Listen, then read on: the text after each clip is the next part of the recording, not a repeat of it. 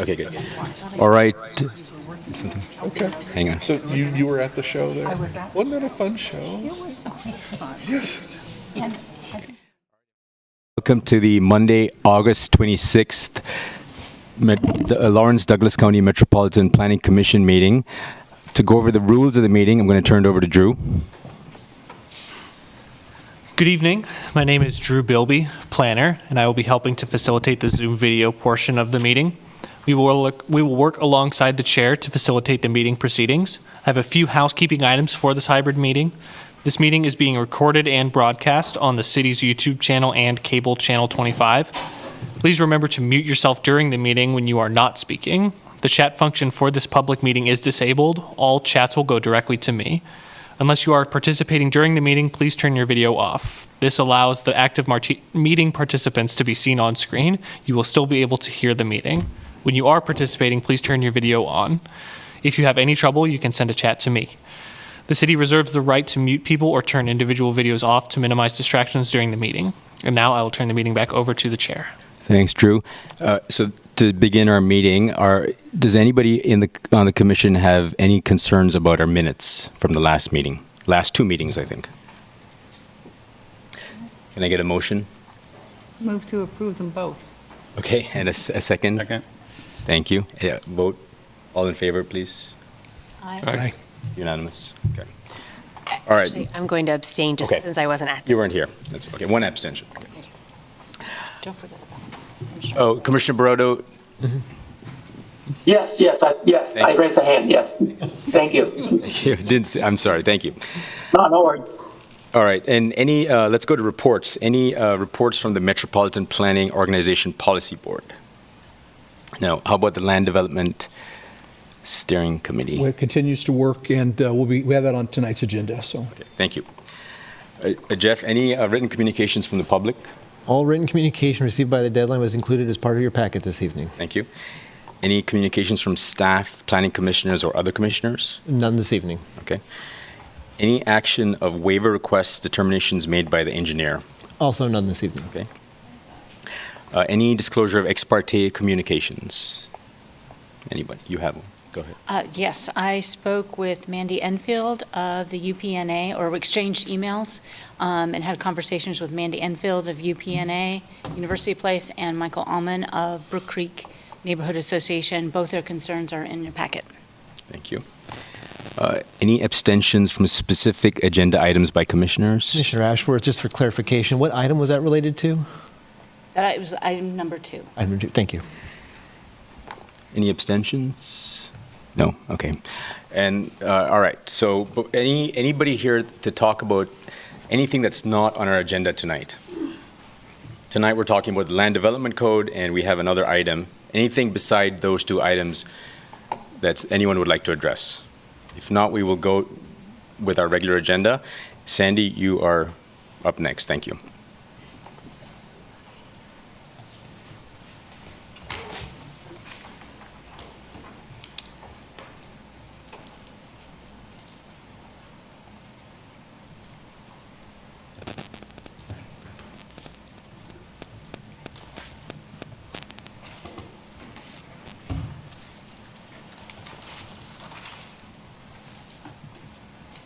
Good evening, Commissioners. I am Sandy Day. For those of you that haven't met me or have forgotten me, this is an item for your consideration. It is actually it's a type of master plan document that is applicable to our public properties. But the code tells us to follow the special use permit process, so that's why it has a UP number. The subject property is located on the south side of East 25th Street and on the east side of what would be Franklin Road Extended. It is currently the city's detention facility, and the proposed application is to add a new building for public safety operations. This is specifically related to the project that is occurring downtown at the Judicial Building. So in order to get the additional court spaces, some of those operations and activities have to be relocated to another facility. So it is this new building that will provide that space for emergency communications, 911 operations, and also for the sheriff's operations. And the applicant will give you as much detail as you would like to hear about how those two projects work. At one point, I think the reference was sort of a Tetris project, trying to figure out all the timing of the different projects. And so what this will do is set up that opportunity to move those other land uses out to this building. The subject property happens to be located in the Prairie Park neighborhood. It's on the far eastern side of the neighborhood. We have the existing shelter building, the Douglas County Public Works campus, as well as the KDOT yard, which I didn't realize that's what that was called until we got into the review of this project. This is a neighborhood that has a lot of mix of uses. We find a lot of non-residential uses located along 23rd Street and a few spots along the primary north and south streets, but again, kind of clustered around 23rd Street. And then we have this area that is to the east of Franklin Road that is very industrial in nature within the neighborhood. So there's a couple things to know about this project. I'm not going to spend a lot of time here, but just to give you kind of a high level view of this. The building itself is identified as phases. The applicant was working to discover whether or not they would build the entire building shell in up front and then do tenant finish as they're able to move over those different operations, or if they'll build it in one or two phases. The project has additional parking that would be added to it. So there is parking that would be extended. This is kind of the customer side of the building at its final completion, and this would be where public access parking would happen if you're going to go drop some things off at the sheriff's office, that kind of activity. And then this parking lot expansion would be related to a more secured access parking process. The building is actually independent. It is not connected to the existing detention facility. It's its own separate building. It's generally one story, and the applicant has some very interesting graphics. I don't know if they'll share with those tonight, but there's quite a bit of grade change. So we spent a lot of time looking at what is the buffering and the transition between land uses. We have, if you looked at that previous slide, we've got developing residential subdivision, the Fairfield Farms, a subdivision that is building out. And when you stand on the ground, either on this street or at this intersection, what you'll see is really a huge grade change. So the backs of these yards kind of come into the downslope of what would be Franklin Road. Franklin Road has not been constructed. It's not in our CIP, but it is in a number of long-range planning documents. So it will be constructed at some point in the future. And it would be a very physical separation of land uses in here. Not only will you have the road, but you'll have the street trees that are required on both sides of the street, as well as the interior landscaping that would be part of this application at its full construction. There is a landscape page in your packet. What we discovered was there is a layer that it was not working correctly, so some of the landscaping that we note as a condition is actually there. It just is invisible because that layer is not acting correctly. But we did kind of do the count of the numbers, and there are some additional trees that would be required with this project, so that's reflected in the conditions of approval with this project. The subject property is part of the Southeast Area Plan. That's one I think is on our work plan to update, but I think it's pretty far down the list, if I recall. But this property is identified in that plan as appropriate for public facilities, and that is exactly what we're doing with this. So we have not only the grade and the landscaping and the building all part of an environment that provides a transition of land use from the residential on that west side to the more industrial uses further to the north and to the east of that property. The review criteria, we usually put those up for you for reference, compliance with the applicable provisions of the development code. Most notably is that when the detention facility was originally constructed, it was built under the planned unit development regulations, required a 30-foot perimeter setback. The property was rezoned out of that old PID zoning, and it got rezoned to GPI. GPI does have a different building setback. So the drawing that the applicant has submitted shows compliance with that original 30-foot setback, but not with the current 40-foot setback. They are in the process of seeking a variance from Board of Zoning Appeals, so that is also a condition that's reflected in the staff report, that if the Board of Zoning Appeals does not approve that setback reduction, that they would have to revise the drawing to push that building back that additional 10 feet. It could squeeze it. It's not ideal. They're following on kind of what the original planning for the site was with that 30-foot perimeter or buffer setback that was established in the old planned unit developments. So that is the provision with the development code, compatibility with adjacent land uses, scale, site design, and operation. So we already have a situation where we have a detention facility as well as some other industrial kinds of uses with that developing residential use. The operations of this facility will have some 24/7 components to it. We staff our sheriff 24/7. We staff 911 24/7.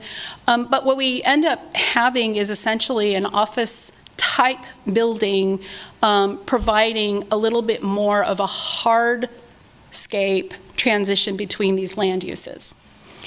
Will the use cause some substantial diminution of value in the property of the neighborhood? This is always a very difficult analysis to try to do. We do not hire or have on staff real estate appraisers. I did reach out to the county appraiser, and it was his opinion, just kind of anecdotally, that the proposed use is doing exactly what I'm describing here as being kind of an office transition. So you have a little bit more eyes on the street kind of activity with, the sheriffs coming and going. So overall, I think that was thought to be kind of a benefit for this particular area. Availability and adequacy of public infrastructure to serve the property, yes. There are adequate services to serve this. This project will include the relocation of a water line. That water line is on the subject property, so it will be abandoned. New water line will be relocated to accommodate where this building will be located. And then the last couple of findings are the insurance of continuing maintenance that have been provided. This is a public asset property, so we expect that there will be continued maintenance of the property. The institutional development plan, much like a site plan, provides that assurance or that contract between the city, the county, and the public of what those improvements are going to be. And that also leads into that last finding about time limit. Staff does not recommend a time limit for this kind of use when we're talking about public assets. And then adverse impact on the natural environment. There are no documented natural features such as floodplain. There was some work that went through this area that removed substantial existing vegetation along what is the Franklin Road right-of-way. I've heard various stories, but I haven't had a definitive answer of exactly why trees were removed. regardless of those mature trees were removed that were within the public right-of-way of Franklin Road. That was thought to create a little bit more of an open line of sight, to hopefully diminish the activities of people privately camping in that public right-of-way. The city does not have an interest, the city forester does not have an interest in putting trees back in the right-of-way that would just have to be removed with the construction of the street. However, when Franklin Road is ultimately constructed, it would be constructed to a city standard that includes sidewalks and the necessary and appropriate street trees. So we would have those kinds of components coming forward with that particular improvement. Staff's recommendation is for approval. There were a number of conditions in there. Many of them are very technical in nature, really just trying to get at a couple of pieces of code that we have to deal with back and forth. There was a little bit of confusion of some deadlines, so that's part of why we have the conditions that we do. The applicant has been incredibly responsive to staff on conditions, so it's very likely a couple of these will be able to come off between the Planning Commission and the City Commission. This item does have to go back to the City Commission for final action. Your consideration this evening is advisory. I'm happy to stand for any questions that you may have, and I know the applicant is here and can talk you through their project in more detail. Thank you, Sandy. Thank you. Is the applicant here? Nope. Good evening. My name is Matt Murphy with Treanor, here representing the county and the design team. As Sandy mentioned, we've been diligently working with her and city staff to work through all the comments and conditions, and we are in support of all those conditions. As Sandy said, we're pretty much worked through most of them, and we hope to have those resolved here fairly quickly, but we're here to answer any questions you may have about the project. Thank you. We'll come back to you if we do. Thank you. Of course. So now it's time for public comment. Is there anybody here that has anything to say about this project? Please go ahead, ma'am. You have 3 minutes. Tell us your name and go ahead. My name's Andy Schaefer, and we all live in the Fairfield Farms, and we have some concerns primarily about the trees that were taken out along what they're saying is going to be Franklin Road. They had underbrush. They were blocking the lights from the jails, but we'd like to know exactly what the landscaping plans are. It was a beautiful tree line, and now it's gone, and so we have some very strong concerns about what they're going to be doing with that. We're not against the building, we just would like to have our trees back. Thank you, ma'am. Thank you. Anybody else?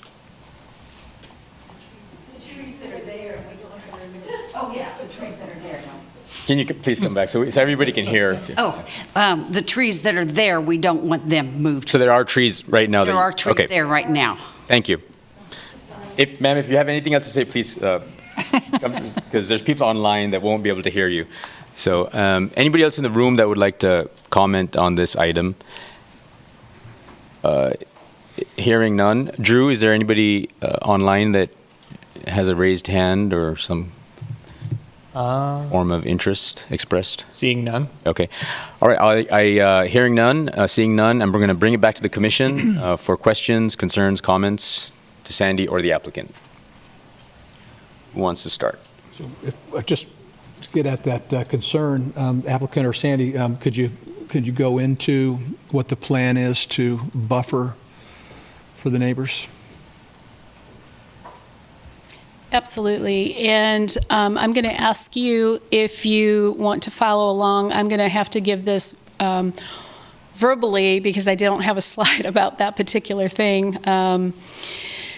The existing trees that residents see on the site today are intended to remain with this project. As I went through the count of the trees with the applicant, they look at what are existing trees that can count toward either street tree requirements or buffer yard requirements. So the trees that are there are counting toward those requirements for the buffer yard and for the street tree pieces. As the project moves moves forward, there will be additional trees that get added, and not only trees, but also shrubs. So we had the conversation about needing to add a bit more vegetation along what is going to be that public parking piece that's to the north of the building. So there would be some shrubs that would go in there, as well as this layering of trees. Now, the trees that'll probably be the last to go in would be the trees that would be on what would be the west side of Franklin Road. As those residential lots get built and building permits are sought for those residential lots, those lots technically back up to Franklin Road. Part of the subdivision included what's called a master street tree plan.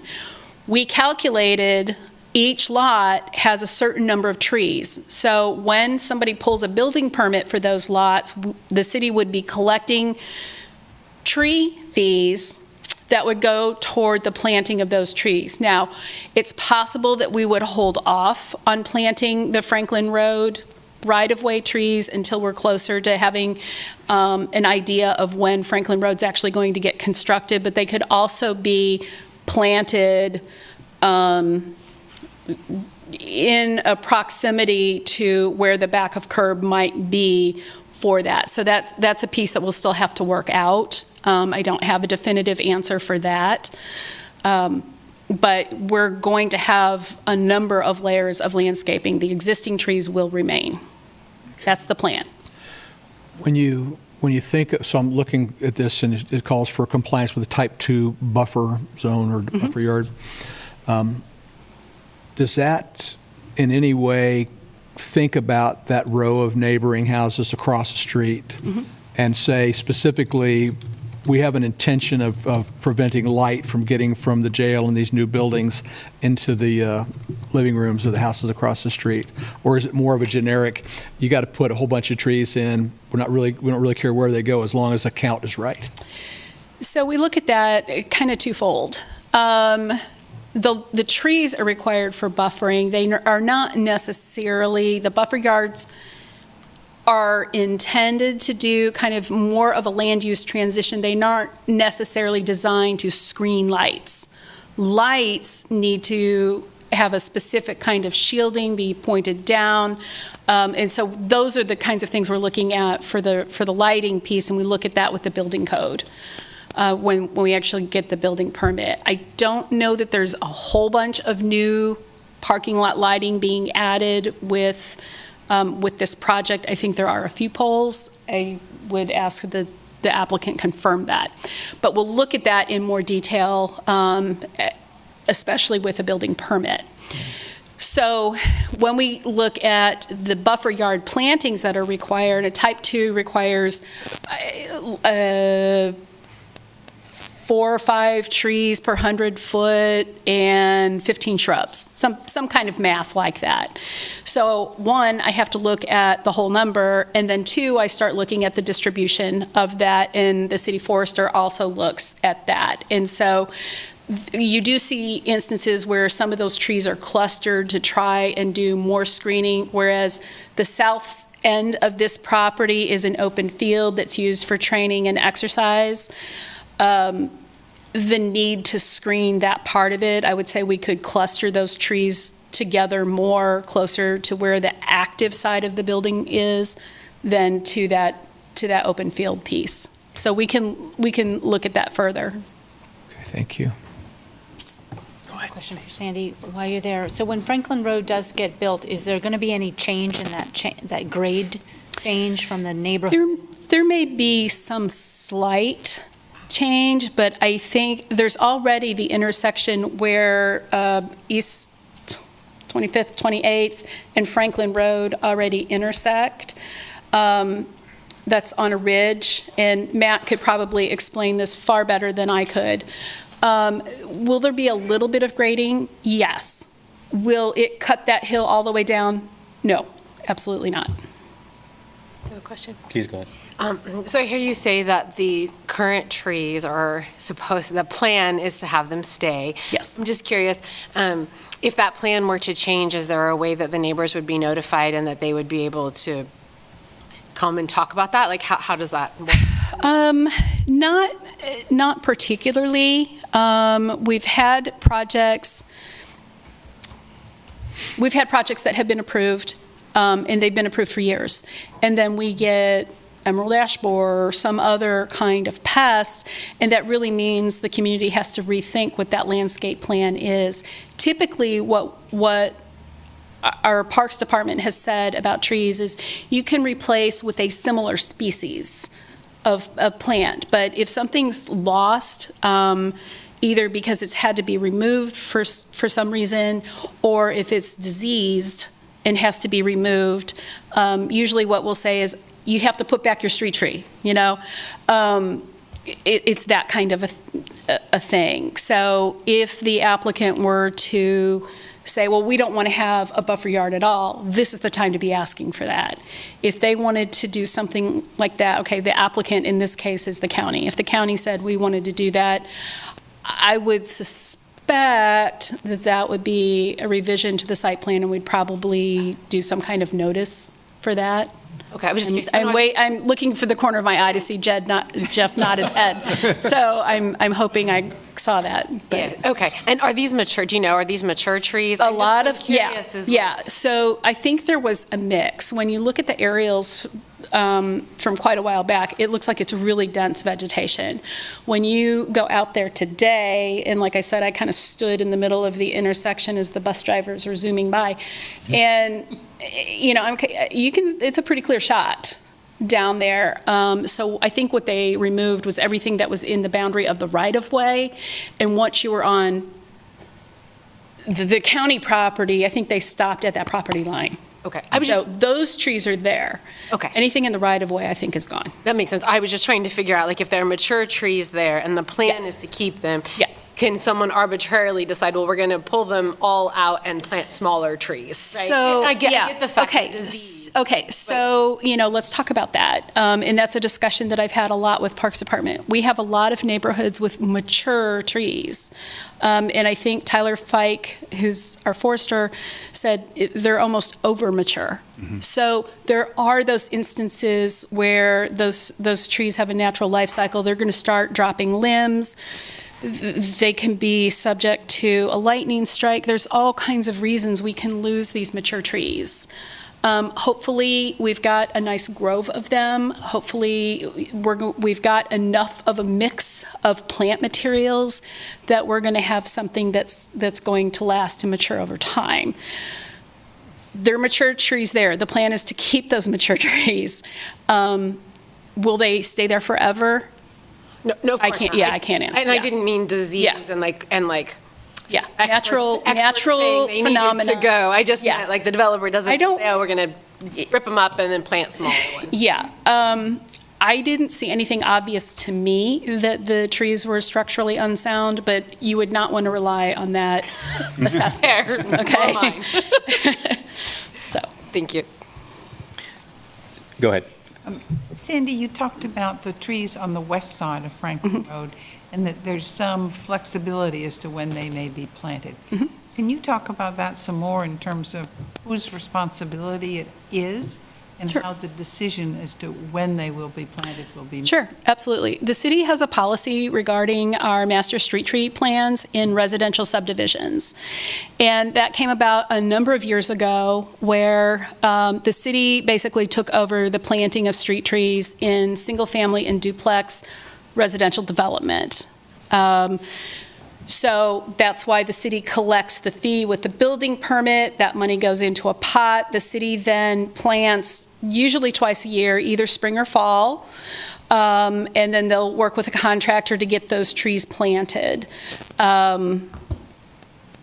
That is outside of the planning department, other than the master street tree plan that gets recorded and the building permit tech who collects the fees. Everything else really happens with the Parks Department and their processes, but they're also going to probably be checking with Public Works to make sure that they're not going to plant a tree where there's a public improvement plan and it's going to get ripped out. So there is that kind of coordination that happens kind of on the backside at the staff level.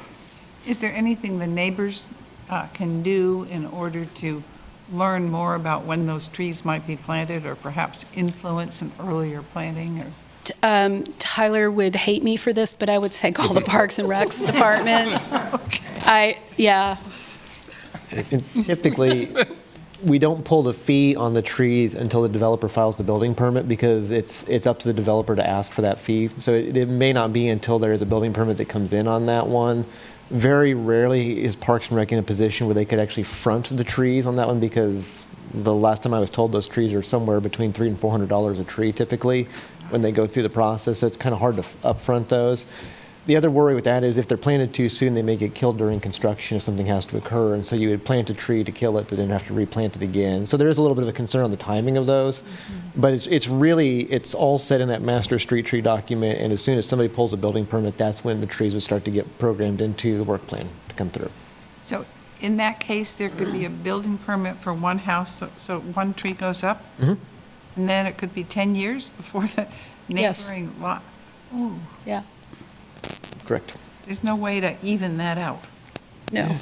You know, sometimes we've seen neighbors plant trees kind of in that next one over, but again, there's likelihood if a utility comes through or if a building permit is pulled, they may have to pull that tree out to do the construction, so it's a little bit of a timing and an at-risk situation there. But if there is a long run like that, what Parks and Rec will do is they'll start to figure out, okay, we've got an extra tree here, let's, kind of fill in the gaps sometimes, but it just depends on the timing of things and what's available.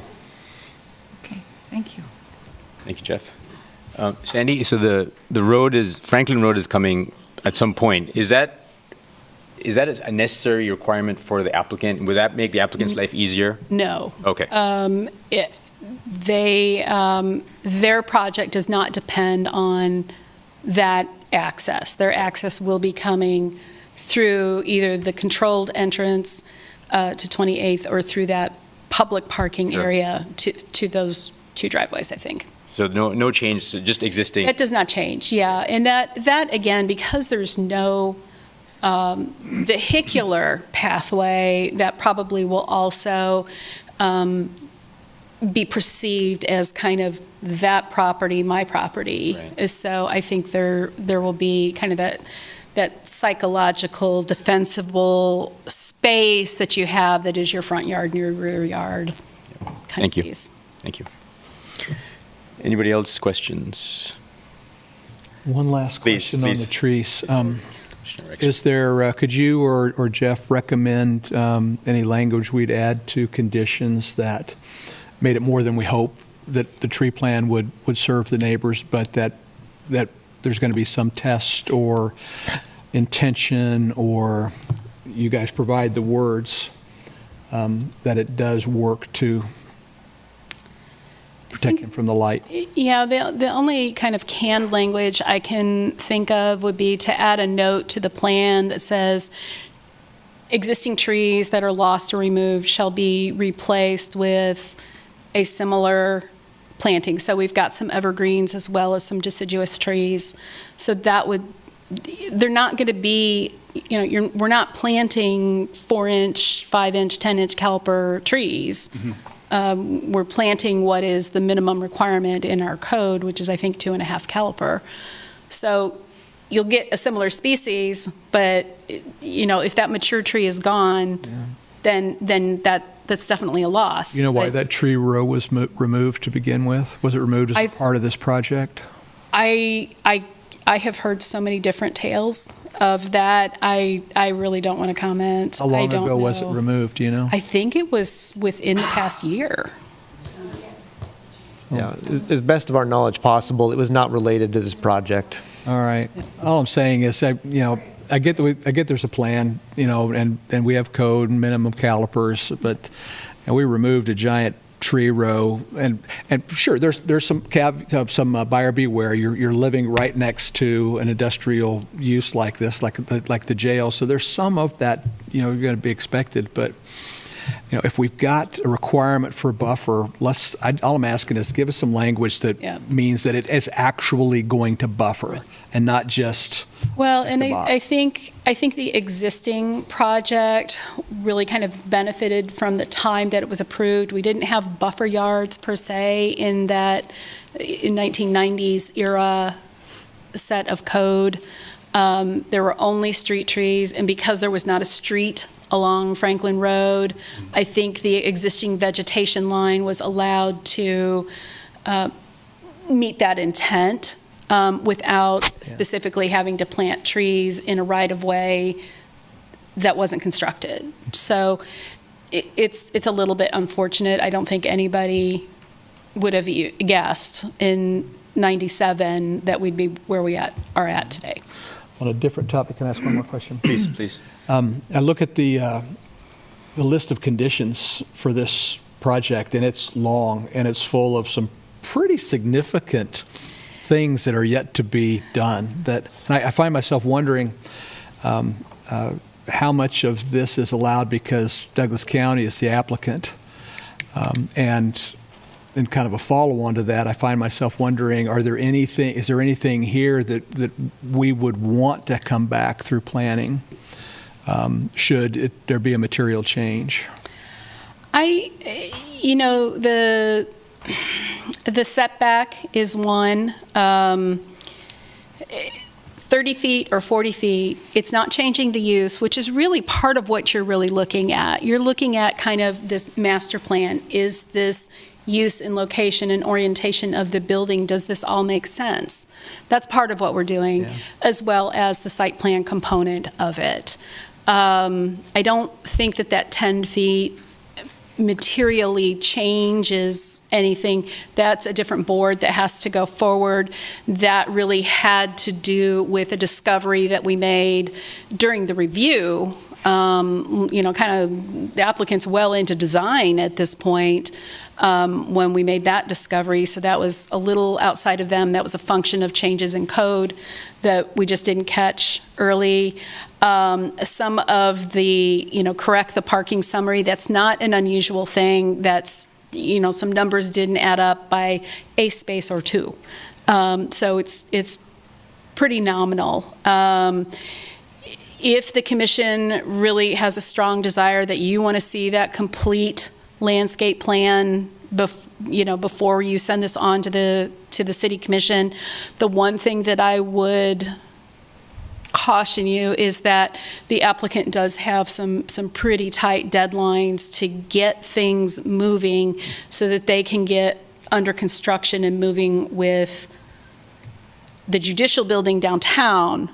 And that work depends on being able to move staff from there to this new location. So there's a lot of domino effects.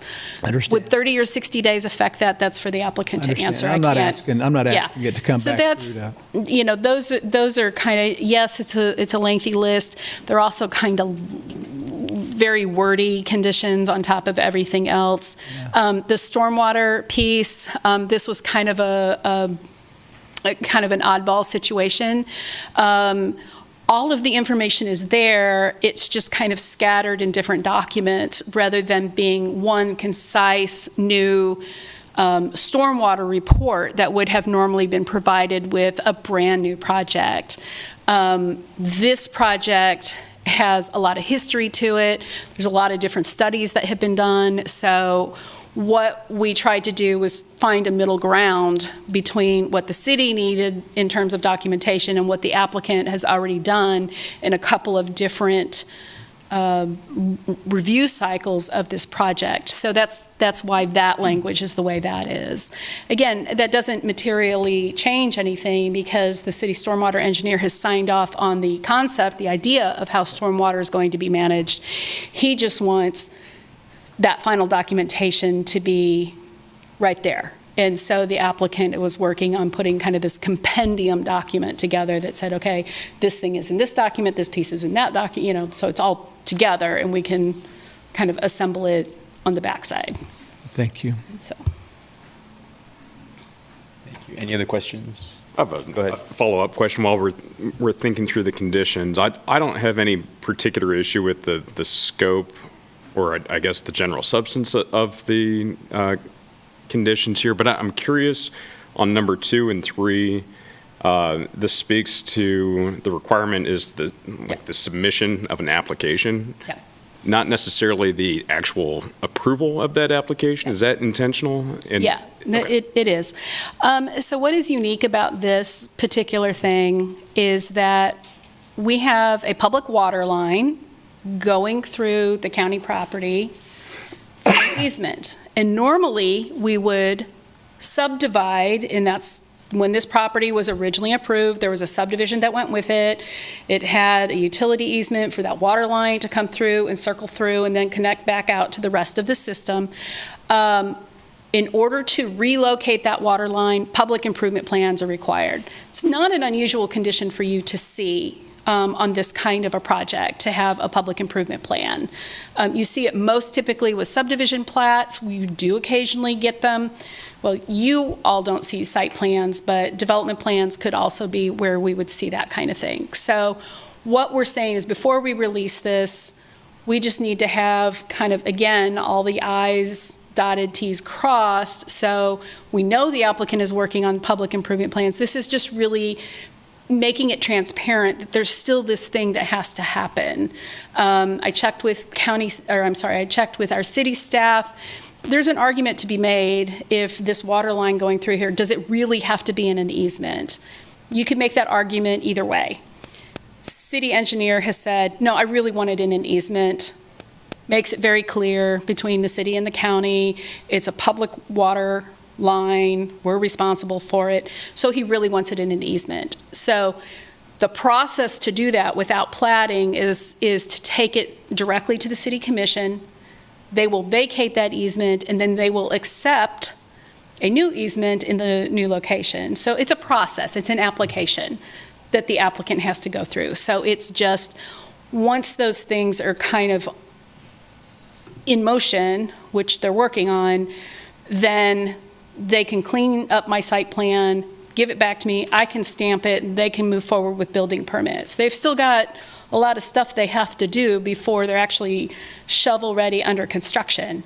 But this becomes kind of that checklist. Are we getting all the pieces? Very good. Okay. Thanks. Okay. Other questions? No. Anybody want to make a motion? I'd be happy to. Please, go ahead. I move we approve the proposed institutional development plan special use permit UP-24-1003 for the construction of a 26,275 square foot building located at 3601 East 25th Street, and forwarding the item to the City Commission with a recommendation for approval subject to the conditions listed in the staff report. Do I have a second? Second. Any discussion? Just one last thing, and I will beat Please. this thing to death.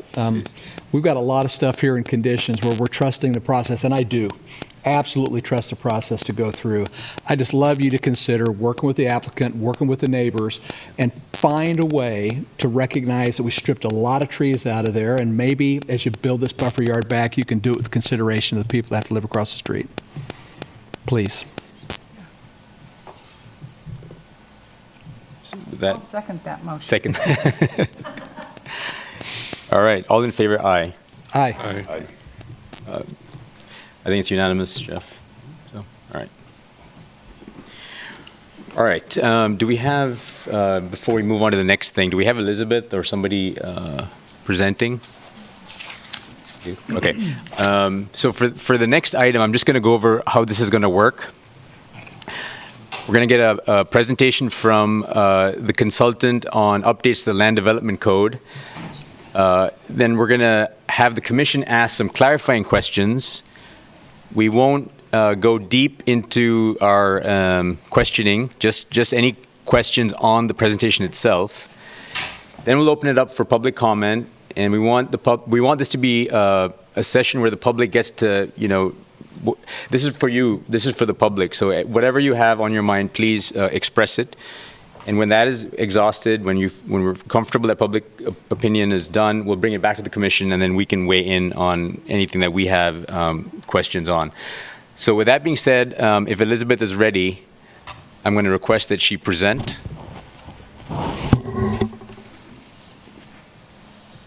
Good evening. Thank you, Mr. Chair. All right, looks like my presentation is up. Okay. a slightly longer presentation tonight than we had a couple of weeks ago. So settle in, grab your popcorn and your Coke. Let's talk about planning and land development code. And we will come up for air at the end. And some of the slides I've included are more explanatory that we can go back to for discussion purposes.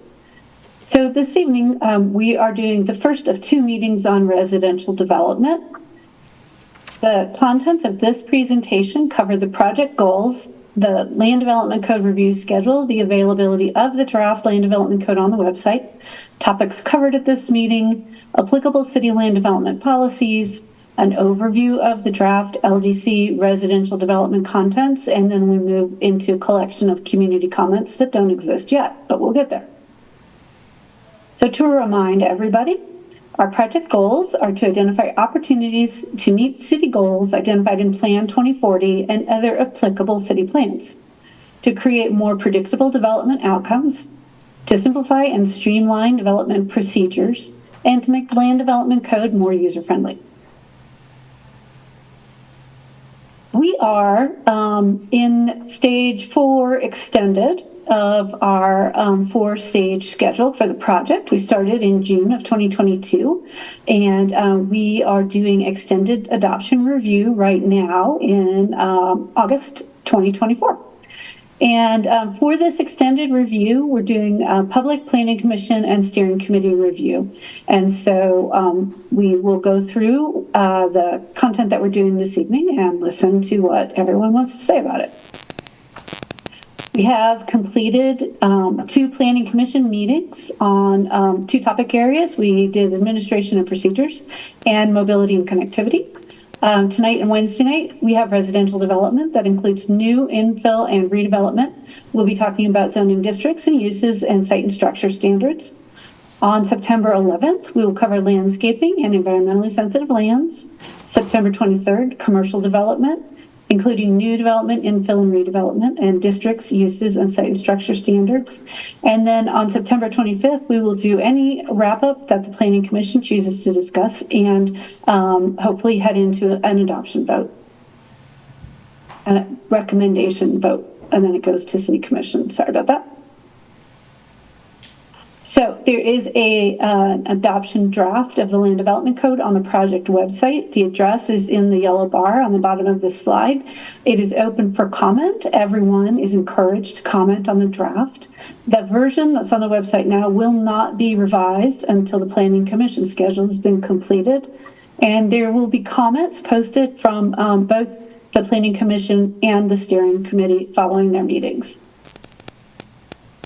If you look at the project website, you'll see on the landing page that you have an opportunity to go to the adoption review draft. If you click that, you go to the draft and the document is posted under the green bar here and you can leave comments.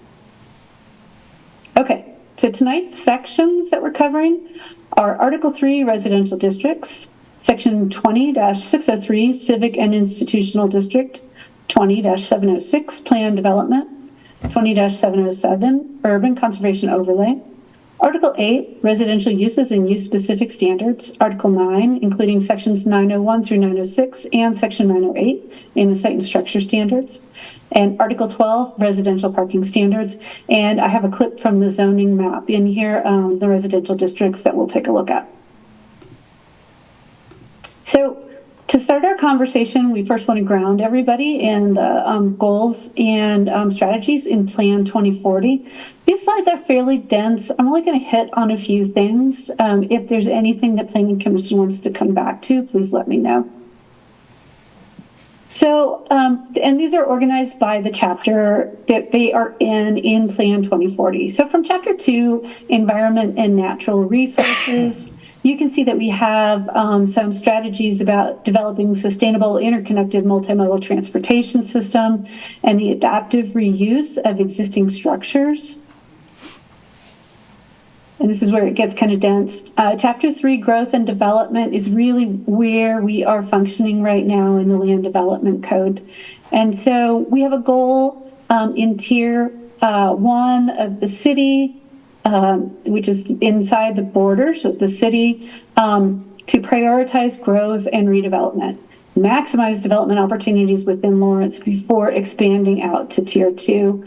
And there are a whole set of strategies about how to do that, accommodating infill development, increasing the overall height and density of certain districts, expanding opportunities to create ADUs.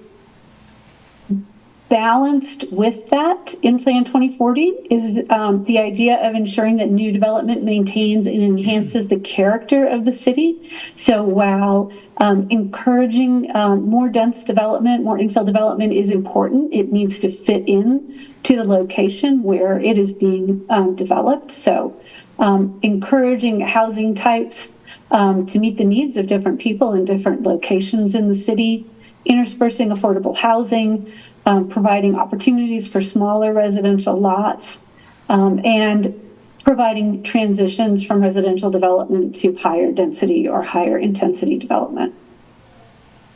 So still in Chapter 3, the plan also guides us to accommodate pedestrian use and neighborhood interactions through connected neighborhoods that also include open space, to adopt advanced parking strategies. And then moving into goal 8, to integrate higher density residential development through compatible design. And then it talks about what compatible design looks like. And then remembering that Lawrence is comprised of many distinct neighborhoods. So in the bigger picture, strengthening neighborhood ties to the larger community, by providing connected roads, using alleys, and orienting buildings to reflect the predominant neighborhood pattern, as well as integrating the public transportation. And then remembering finally to promote the character of neighborhoods. So we want to take what we understand about what makes the neighborhoods vibrant and distinct and encourage that type of development within infill and redevelopment patterns. And I'm sorry, I have now switched into Chapter 4, neighborhoods and housing. So we move from growth and development into neighborhoods and housing. Then finally, coming around the corner in Chapter 4, neighborhoods and housing, still preserving and enhancing those character elements. So we're really talking about, we want to have more taking place within the neighborhoods, but as more takes place in terms of housing types and development density, it needs to fit. And it needs to be safe, so we're moving people around safely. And we need to also think about in terms of how do we design neighborhoods so residents are allowed to age in place. You may not want to pack it up and move to Tampa at some point in time. You want to stay in Lawrence. Lawrence is very attractive to people who are retiring and want to move to Lawrence so that they can enjoy what's going on in the community. So all of these pieces of how do we provide more, how do we make that more fit, and then how do we think kind of three-dimensionally over time to make sure that we're making good choices within the community for the long term. Finally, at the end of Chapter 4, ensuring that the community has affordable and safe housing, and that is reflected through a strategy, a goal and a strategy to provide affordable housing for all segments throughout the community. So we want more housing types, we want affordable housing types, we want market rate housing types, and we want them to be enjoyable to all different types of people that might live in Lawrence.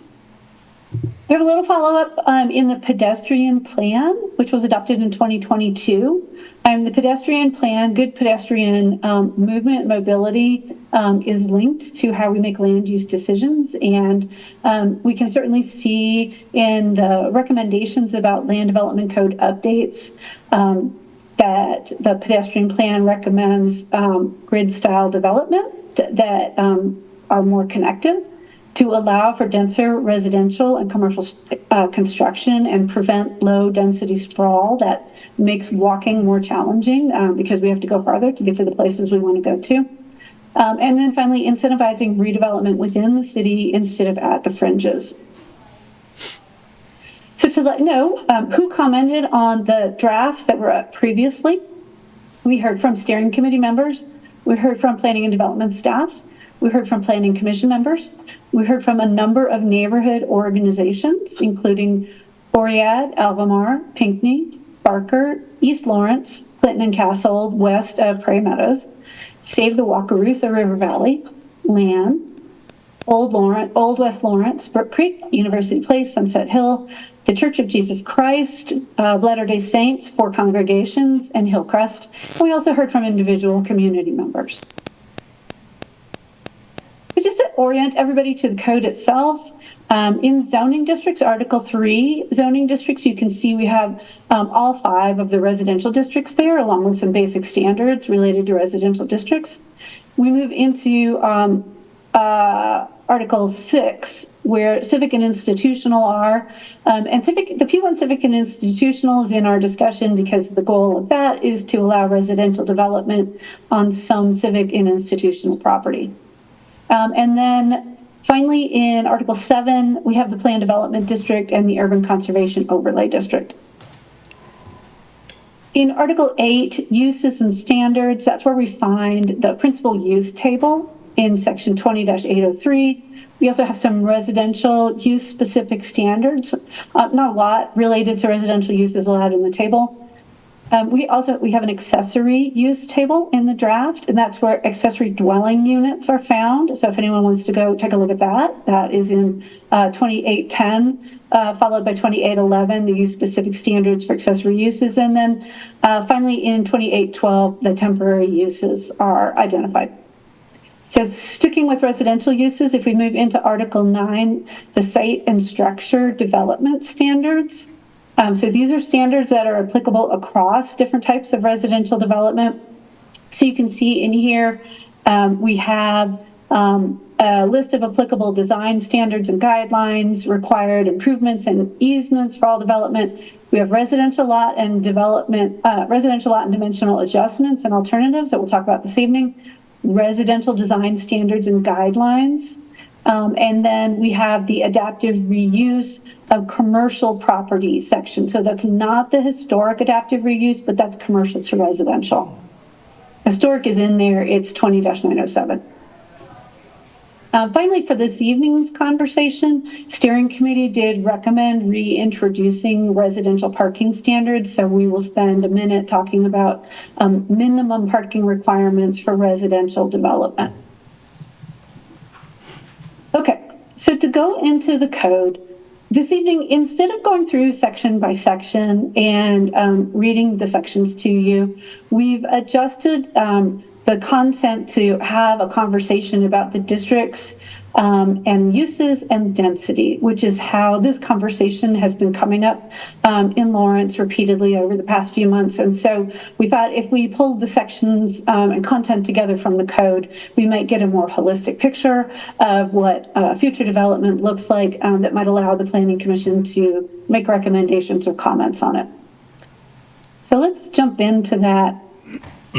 Just want to let everybody know, so the census, the U.S. Census does an annual survey called the Annual Community Survey, and from the 2022 ACS, we took this information about the number of units in a structure in Lawrence. This is Lawrence specific, and we wanted to talk about what is going on in terms of existing development.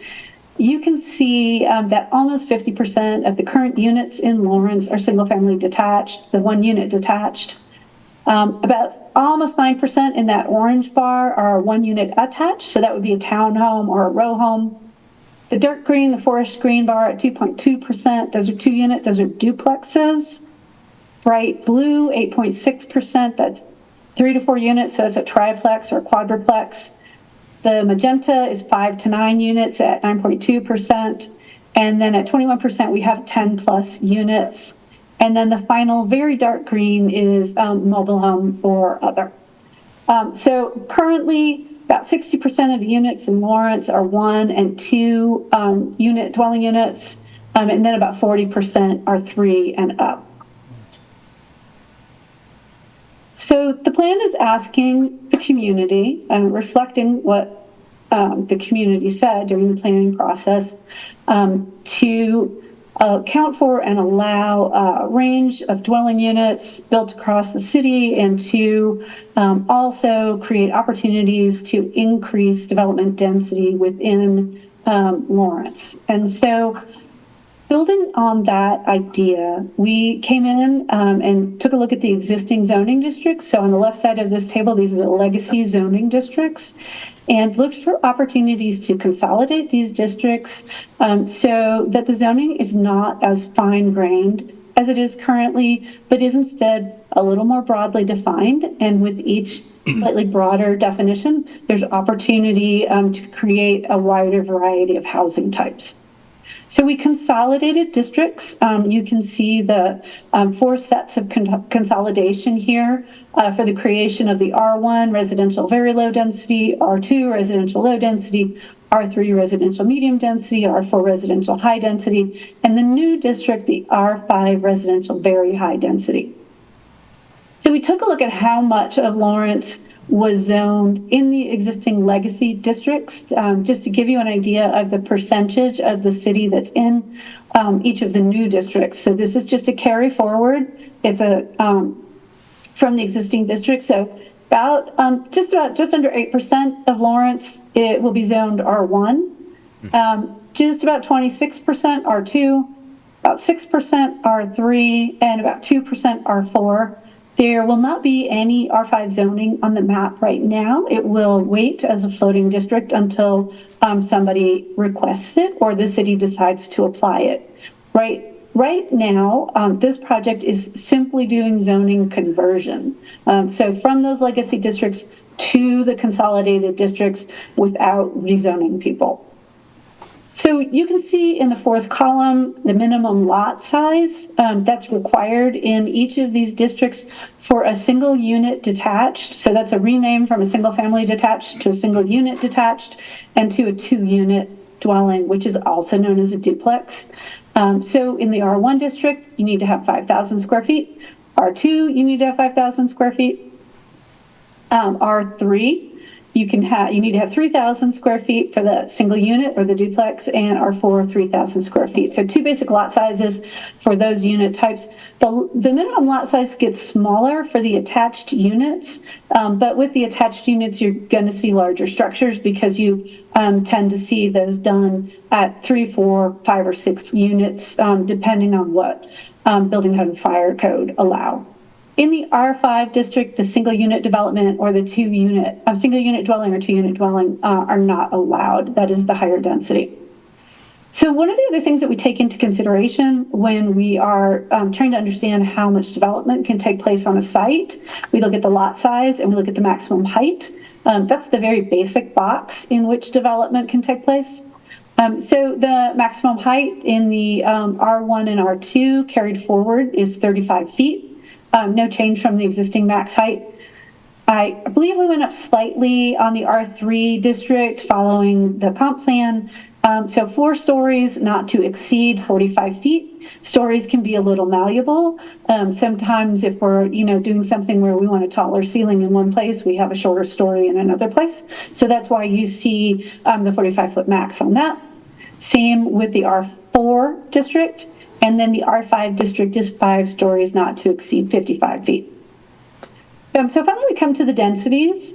And what we've done is we've taken the recommended densities in Plan 2040 and allocated them across the zoning districts. And within each district set a minimum and a maximum density. So the R1 minimum density doesn't have a minimum density, so you can have a larger lot in R1 if you want to, and the maximum density is 3 units to the acre. In the R2, we have a minimum density of 4 units to the acre, a maximum of 6. R3 is a minimum of 7, a maximum of 15. As we move up into the R4 high density, we have a minimum of 16 and a maximum of 32. And then finally, the R5 has a minimum of 33, and it goes up from there. So those are the basics of creating a very general building envelope. And I'm going to go into more detail about this because we've had multiple discussions with neighborhoods and the public and steering committee and some with planning commission about how do we get to this density. So let's talk about when it is required and when it isn't. First off, I'm going to roll into the conversion map so we can all take a look at that. So I want to let everybody know, in case you're not familiar, hold on, I'm pulling up. This map this map is available on the project website.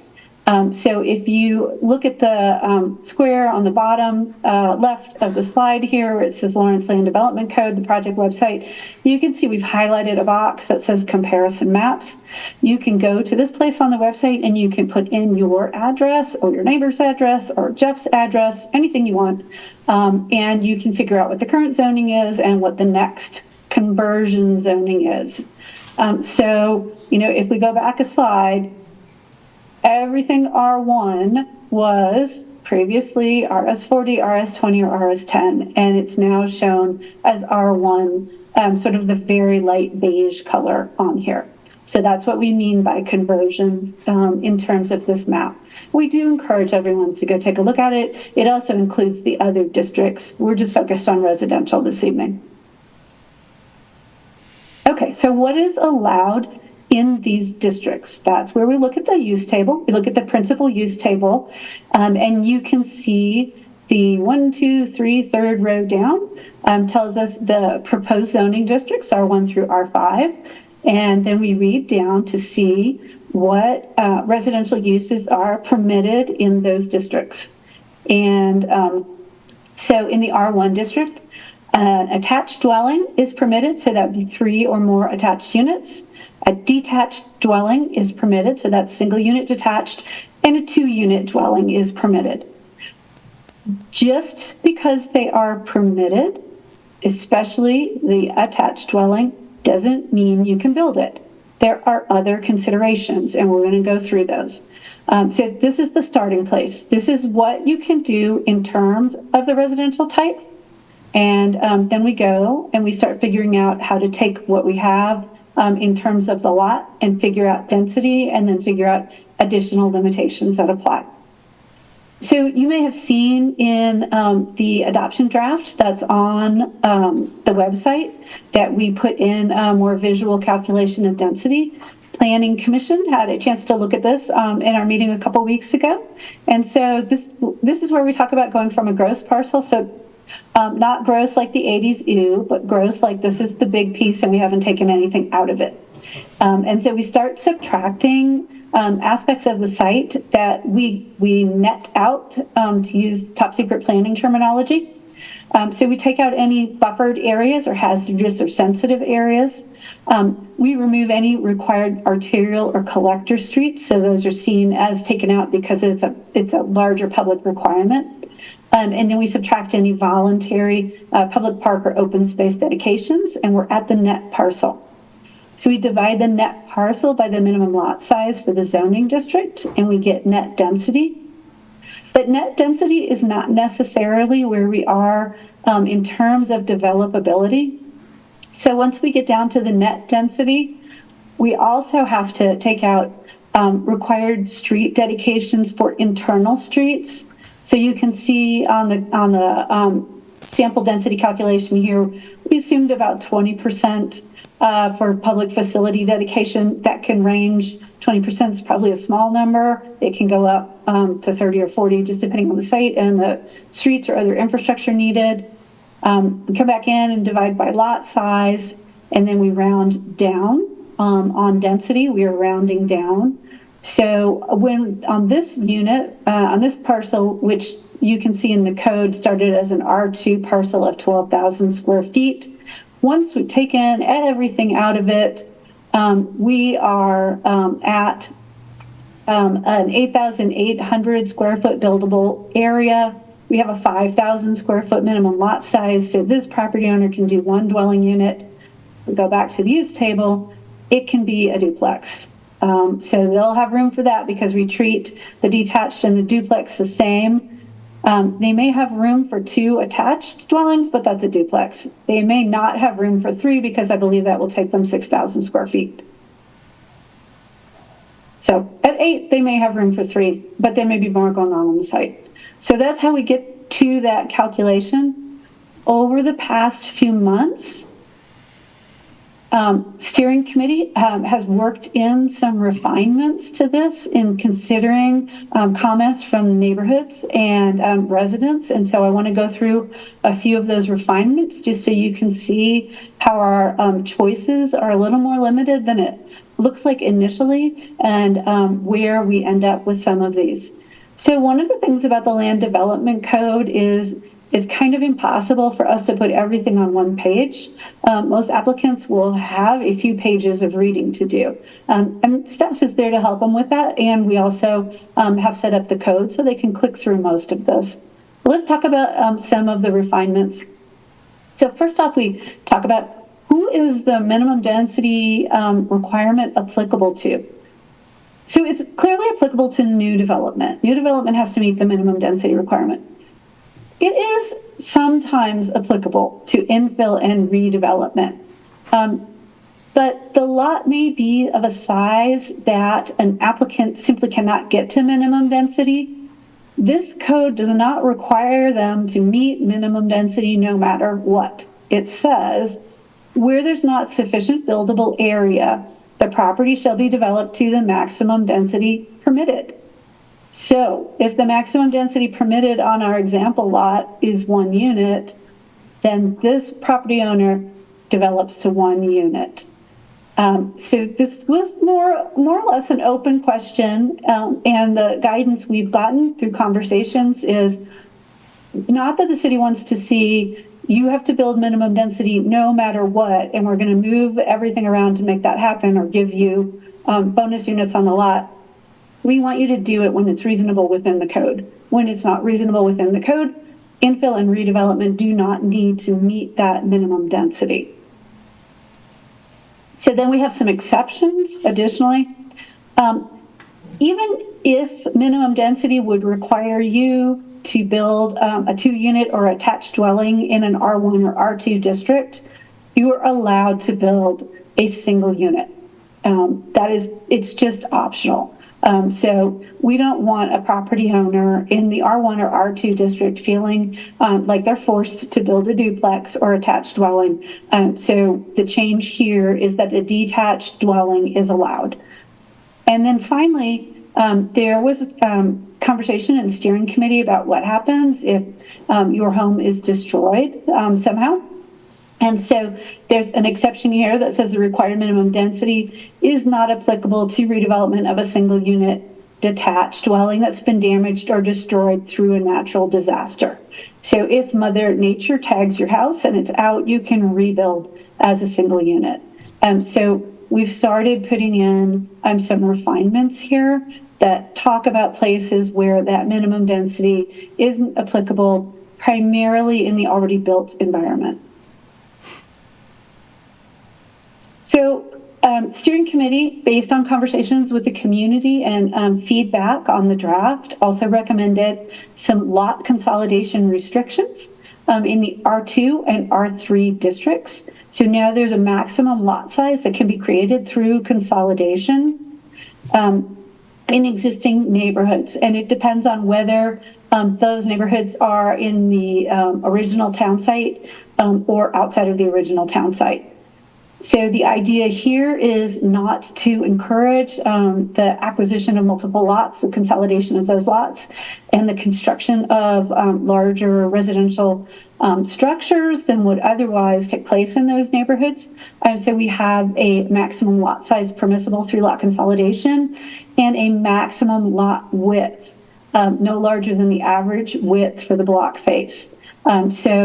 The goal here is to disincentivize someone from trying to buy up a lot of lots and create something that doesn't fit the character of the neighborhood as it currently exists.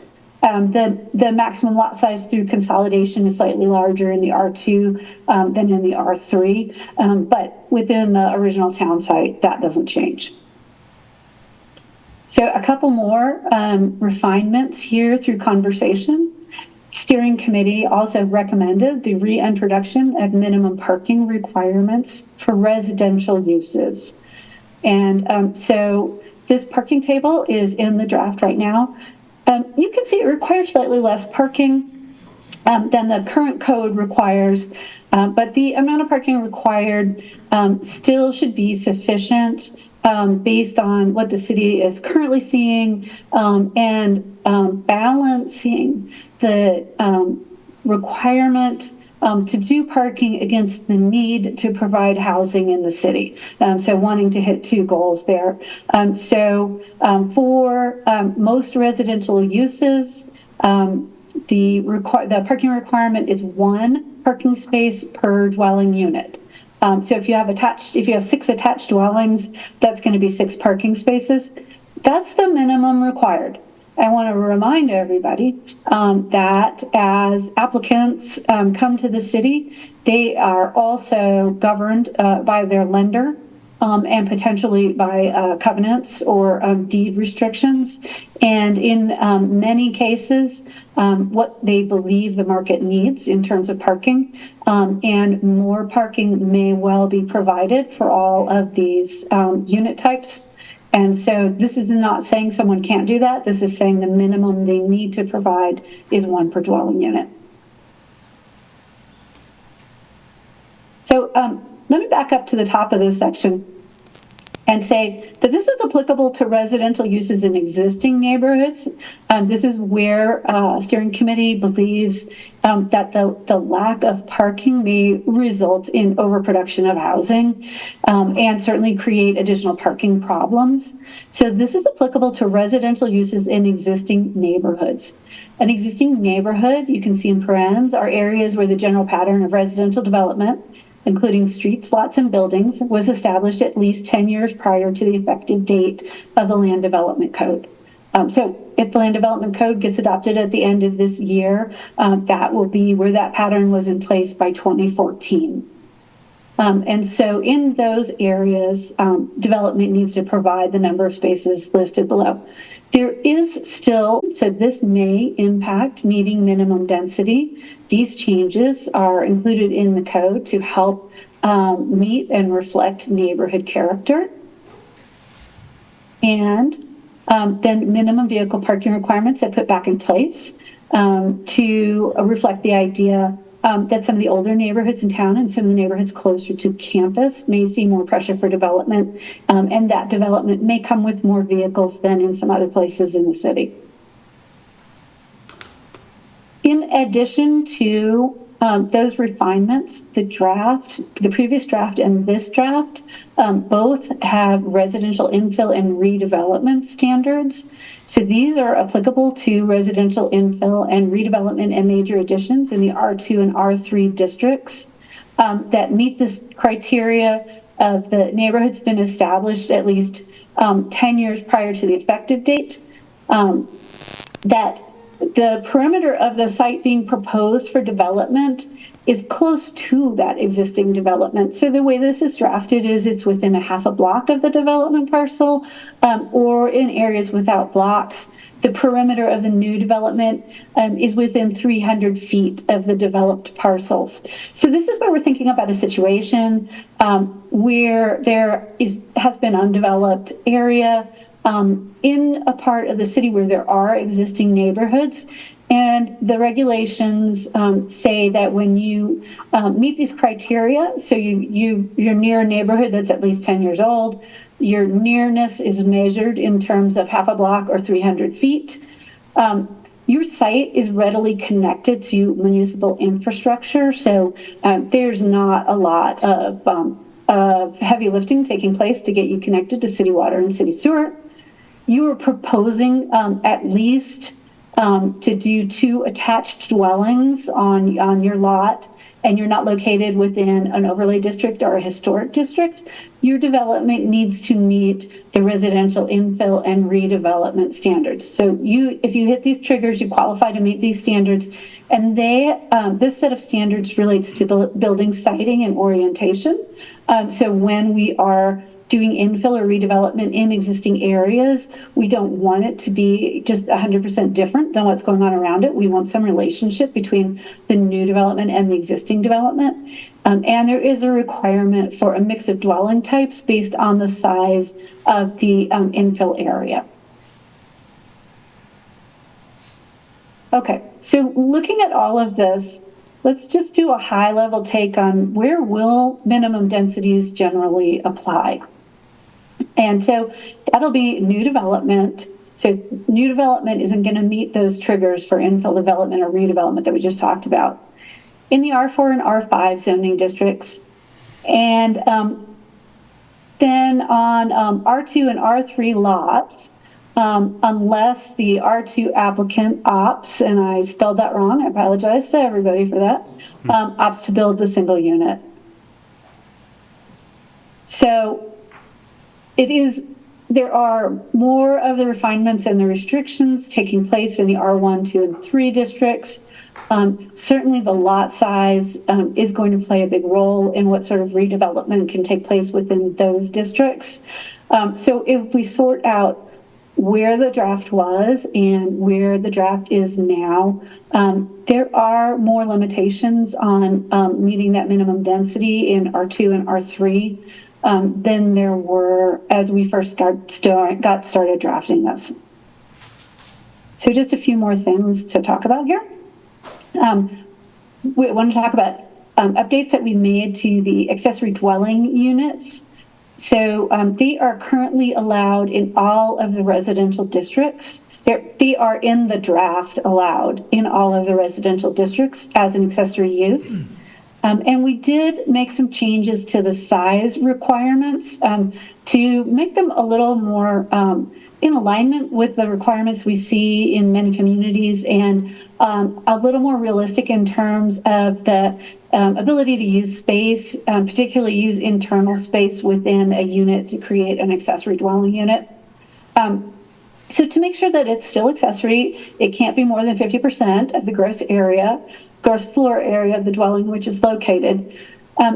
If you're using an attic or a basement for an ADU, it can take up the entire space of that floor level, but you can't expand that space for the ADU. So this is just a recognition that, if someone uses their basement for their ADU, you don't want to say you have to leave out, 5 square feet of it that no one can reach or use the whole floor. And then the maximum size of an ADU in or above a detached structure, such as a garage, in that case can be 100% of the gross floor area of the structure, provided it meets the dimensional requirements of the zone district where it's located. So we do have some questions to come back to this evening. There is a restriction in the regulations that the total number of individuals that reside in both units, the principal unit and the accessory unit, may not exceed the occupancy limit established for the principal building in section 2204, plus 1 additional person. So backing up to our density discussion, we want to ask Planning Commission whether or not an accessory dwelling unit should be allowed to be counted as a unit for density purposes. Some communities do count it, some don't. Some count it as half a unit for density purposes. If it were counted as a unit, this might encourage the creation of accessory dwelling units in some areas with infill or redevelopment. And typically we see when the ADUs are built as part of the new construction, they tend to fit into the neighborhood quite nicely. Second question, and we can come back to this, is should the total number of residents section that you see on this slide be revised to allow 2 people per bedroom for the ADU? That's more in keeping with building code. And it might make it easier to rent an ADU, and it might make it possible to enforce this section. I'm not sure if the city is out with a flashlight enforcing this section, but it does seem to me to be pretty challenging to enforce. So let's move on. So in light of that, we did update the occupancy standards to change the occupancy limit from the current 4 to an updated 5. 5 adults in any relationship plus minor children related to any of the adults. Could also be a single person occupying a dwelling unit, a number of people related to each other by blood marriage or other committed partnership, adoption, fostering, or guardianship, and then up to 8 older adults, age 55 or older. I think I take offense at that. I think I'm taking that out. Who do not meet this code's definition. You can decide if you're old. Who aren't living in an assisted living or congregate living use. I'm joking around. We probably need some sort of definition, but we might want to talk about that one. Just wanted to give you your unexpected planning history lesson. So why do we have occupancy standards? So occupancy standards in many codes evolved out of New York City public health tenant reforms in the early 20th century. You all may have seen pictures of, some of the tenements in New York where people lived with, many too many people in a unit to be healthy, probably for a lot of financial reasons. And so those in those quarters, disease spread pretty rapidly. And so the tenant reforms looked at, how many people should we have living in a unit in order to support public health. And the concurrent idea of lodger evil. This one was new to me as I was researching it. Up until the late 1800s, like more than 30 or 40% of Americans had lodgers. And often they were immigrants, they were single people, and somehow we all got the idea that lodgers were evil, even though they were helping many people make their mortgage. These kind of wound themselves together into a thought that we should limit occupancy to married people. We want to change that, and you guys have discussed this. So we want to recognize that family relationships have changed, as have roommate needs and preferences. And by doing occupancy, and by doing a strict occupancy, we can limit a property owner's options with respect to use of the property. So we want to see if we can back up and rebalance this a little bit. Okay, so I've talked for the past many slides, 35 slides, about restricting density and restricting what kind of units we're going to have. I do want to remind everybody in moving the code forward in terms of getting residential alternatives in Lawrence and different housing choices and options, we did add a section on residential lot alternatives. This is in the site and structure standards in Chapter 9. And so there are 5 basic alternatives in this section. Just walk through them and talk about kind of what do they do about opening up housing options. So the first alternative is cluster development. So also known in some quarters as conservation subdivision. This allows development to preserve open space, and when they do that, they can shrink and cluster the density or the number of lots that would otherwise be allowed. The way that this works in Lawrence is a minimum of 20% of the site has to be preserved in some type of open space to get the clustering lot size shrinkage and movement together. If the applicant wants to provide more open space, there is some density bonus in there. You can have smaller lots and you can look at more lots. This is allowed in R1, 2, 3, and 4. There is a courtyard development option. So this is truly development oriented around a public courtyard or a green space, bowling alley, whatever you want to put in there. It needs to be public. This can be single unit development, which has everything, including the kitchen and the dining room in the structure. In some places, they do this as co-living. And so there may be something also on the site where there is shared living space. So in many co-living facilities, there's like a shared kitchen and dining room space. Courtyard development works for that. It is also used in some places for tiny home development. And it's allowed in R2, 3, and 4, and mixed 1 and mixed 2. We have provisions for a local employee residence unit, so workforce housing and or affordable housing. They can be different. Local employee residence or workforce housing can come in at market rate, whereas affordable housing comes in at an affordable rate. So this type of development allows dimensional adjustments that can allow you to potentially put more units on the lot. The goal of doing this is to allow an applicant to try to balance out their market rate development with affordable development to help cover some of the costs of providing that affordable development. It's allowed anywhere residential development is allowed. last two, we have small lot development. So this allows smaller size lots, literally just shrinking the lot. You can do single unit detached and 2-unit on these. So this is not for smaller lots for larger groupings of attached. It's only for those primarily detached and duplex. You can use this for 20% of new development on the parcel on a development of up to 5 acres. So that 20% would range, right? If you had only an acre, 20% would just be a smaller piece of it, then up to 5 acres, more of it could be in small lot development. That's allowed in R3, 4, and 5, in keeping with their generally smaller lot sizes. And then finally, this is another affordable housing approach. 2 detached dwellings on 1 lot. The city has done this already in a few circumstances. This allows dimensional adjustments to get a second unit on a corner lot. So you've got to have that access, and it's limited to affordable units. And this is allowed in any district where detached single unit dwelling is allowed. Okay, almost done. So we did make some changes to plan development.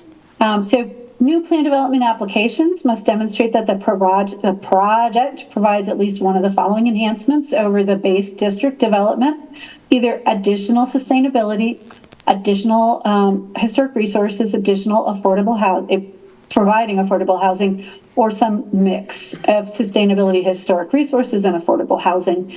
When you look at the draft, you can see that the first 3 do have some basic measurements to them. So you can't just say I'm more sustainable, you have to show that you're more sustainable. We have gotten staff feedback on this section, really good staff feedback, and we're making some tweaks to it, but the idea remains pretty consistent. Okay, community comment. So that's it. That is the big look. And I realize that some planning commission members may have line edits that we want to dive into. So I have the draft open and I'm ready to go. But I thought we'd do the overview that way and then see where you guys wanted to go next. Thank you, Elizabeth. So any questions on the presentation for Elizabeth from commissioners before we open it up for public comment? On this, if I could please, on this last slide, Elizabeth, Yep. so the condition on any new plan development, and we could talk about what new plan means, has to meet a bar of sustainability, historic resources, affordable housing, or some combination of those things. That's correct. It could be just one or the other of that. And if it doesn't meet one of those 3 conditions, beyond just providing housing, the answer is from the city would be no, you can't build.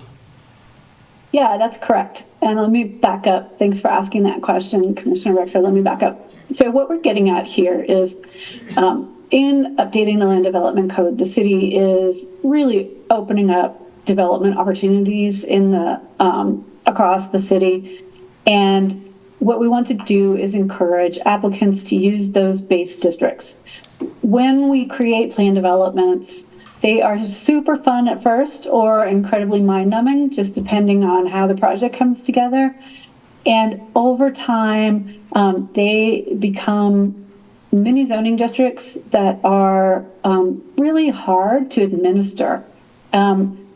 Whatever we lock in place in 2024 may not account for what takes place 10 years from now or 20 years from now when, we may all be living like the Jetsons, and whoever did their PUD this year or PD this year can't make those changes. And so we want to take a step back. Plan development kind of came about in the 40s. Second unrequested history lesson. Came about in the 40s to allow flexibility in zoning regulations, which were incredibly strictly use related. So if your zoning district said you can have a house and you can't have a garage, you couldn't have a garage. And so the idea of plan development was to move away from that. We think that the city's land development code takes away most of the need for plan development, but there may still be somebody that has a super creative idea around sustainability, historic resources, or affordable housing that the city wants to be able to see. So that's where we're going with this. And if you guys have a different take on it based on where you sit and what you see with planned developments, do let us know. Thank you. Go ahead. I just have a clarifying comment, Elizabeth, or a question. When you were going through the use table, you described a 2-unit dwelling as a duplex, and then also the attached dwelling as a duplex. Yes. So, Thank you, Commissioner Ashworth. I think I said that wrong. You really have to have 3. It's in the definition of attached. okay. So that was my mistake. Thank you. I apologize. Sometimes I can't come up with good examples off the top of my head on the fly. So that was a bad one. Okay, and just on top of that, so that, Yeah. so this, it's the 3-unit attached dwelling that's not allowed in R1, but the duplex is. No, so a 3-unit could, in theory, be allowed in R1. What I was saying there was you're going to need to have sufficient lot size to get there. And I am not sure in town how many people are going to be able to meet that lot size, particularly because I was looking earlier at, how much was actually zoned RS20 or RS40. So only 1% of the city was RS20 and only 0.7 was RS40. So those were those larger lots that could maybe get you to multiple attached. And it may still be out there, but on the whole, you're going to need something, probably closer to that 24,000 gross lot area just to get a small attached dwelling in. Thank you. Any other questions? Why do you make a distinction between occupancy in a dormitory and occupancy in a fraternity or a sorority? That's a good question. My guess is we probably carried it forward. Is there a different distinction we should be making? It seems to me they both Treat them the provide same? Same function. Okay. I would turn it back to Planning Commission and staff to see if there's a reason I can't think of off the top of my head to keep that distinction. And at the Planning Commission's pleasure, we can have this conversation later. But I understand where the question's coming from. I think I get a little over my skis here, but let's see how far I can go. In the 2006 Development Code, there is a differential between Greek housing and a dormitory because they were setting up an instance of where you'd have something like Naismith Hall versus a fraternity or sorority. So there could be a privately run dormitory for either Haskell or KU that may be applied. And I think that was the differential they were looking at, is that you'd have a excuse me, a university-run dormitory then versus a privately run dormitory, which was a notion that did occur back in the 60s, 70s, and 80s for the most part. And you'd also have, I think the code uses the word pan-Hellenic organization. I may not get that said correctly, but effectively fraternity sorority uses. And that was different because of the way that they were constructed and the way that they were set, because in a dormitory you would maybe have different kitchen arrangements, different bathroom arrangements than what you would see in those things. And so I think that's why you see that kind of legacy item left in the code. But in actuality, what you see being practically constructed today is a lot different than what you saw 20, 30 years ago.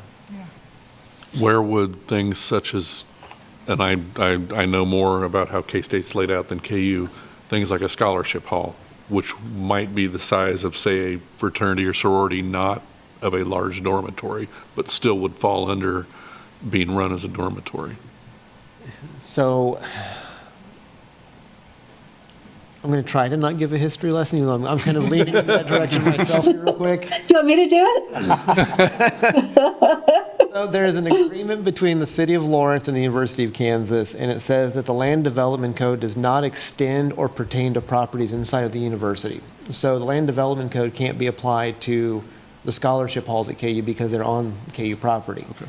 But if you were to take that kind of general use and extract it out to the out of that and bring it into like the privately held portion of it, you'd be very getting close to what's called congregate living in the Land Development Code, where you'd probably have a series of rooms, a series of bathrooms, and probably 1 or maybe 1.5 kitchens to some degree.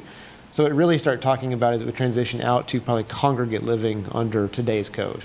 And I'd have to check under the new code to make sure it goes to that direction, but that's kind of how that would crosswalk out into, away from the university into like the private market. So just so I'm clear, so what we're talking about still, there's a distinction between dormitory and sororities and fraternities, but yet they're both would be privately held, because if there are dormitories that are held by KU, they'd be exempt anyway. Yeah, correct. Or by Haskell would also be a very similar thing there. But if it was held by a private entity, it would be a different discussion because it would not be subject to the agreement because of the ownership or in the boundaries of, and therefore it would go into the land development code. So we're talking about congregate living by private held entities. So we might not need to make the distinction between dormitory and sororities and fraternities then? Or you think we still do need that distinction? I think that's a good conversation that y'all may want to kind of dive into a little bit here. I think the world has, at least the development world has changed in the last 30 years of what you see both universities building, what people build around universities, and maybe a conversation to see if there is really that differential needed anymore. There's no point in bringing historic language if it's no longer relevant. Any other questions about the presentation? If not, do we need a break? Or we just go to public comment? I would. How are we feeling? 5 minutes. 5-minute break? Yeah, let's take a 5-minute break before public comment. Thank you.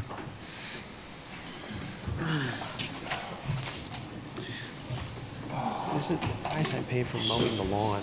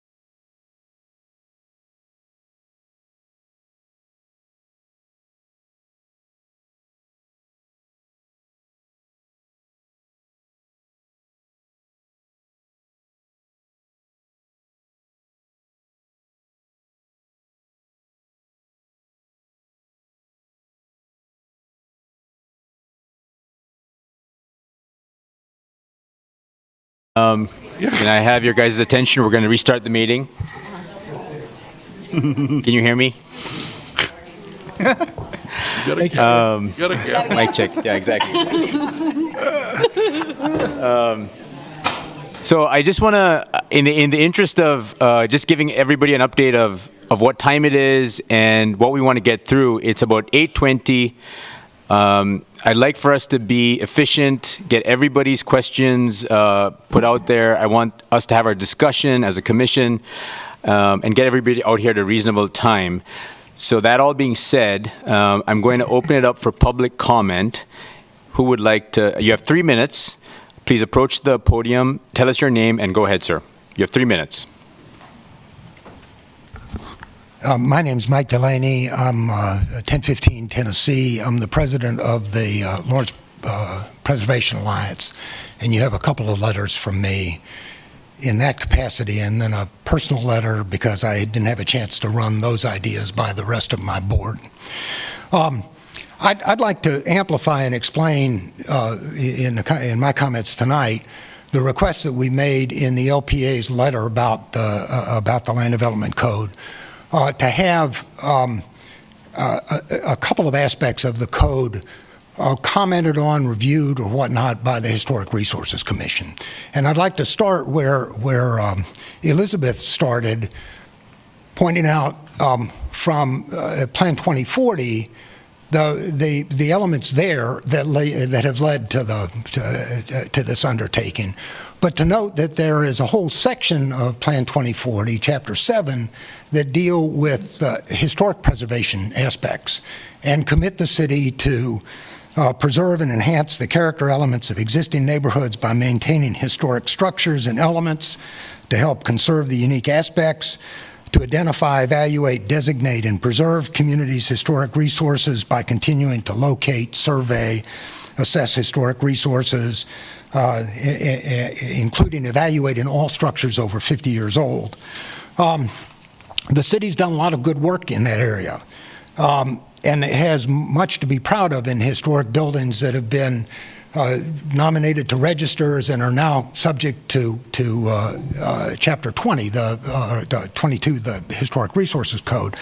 But at the current rate that the city is surveying older buildings to determine whether there are additional structures or additional neighborhoods that ought to be added to a register, it'll be years before all of those are done.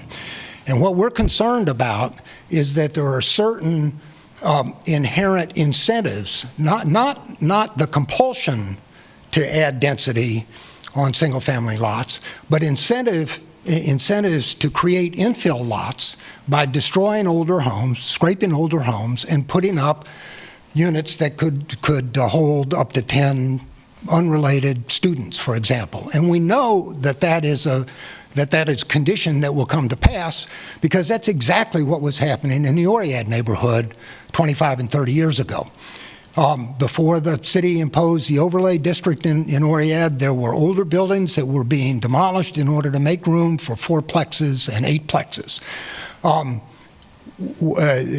Long before I moved to the neighborhood, the neighborhood helped to get the city, and I think the current planning director had a hand in developing the overlay that provided at least one set of discouragements for that. That is, if you were going to demolish a building, you had to have a site plan that conformed with the code. So please wrap up your past 3 minutes. Thank you. Okay, thank you, sir. Thank you.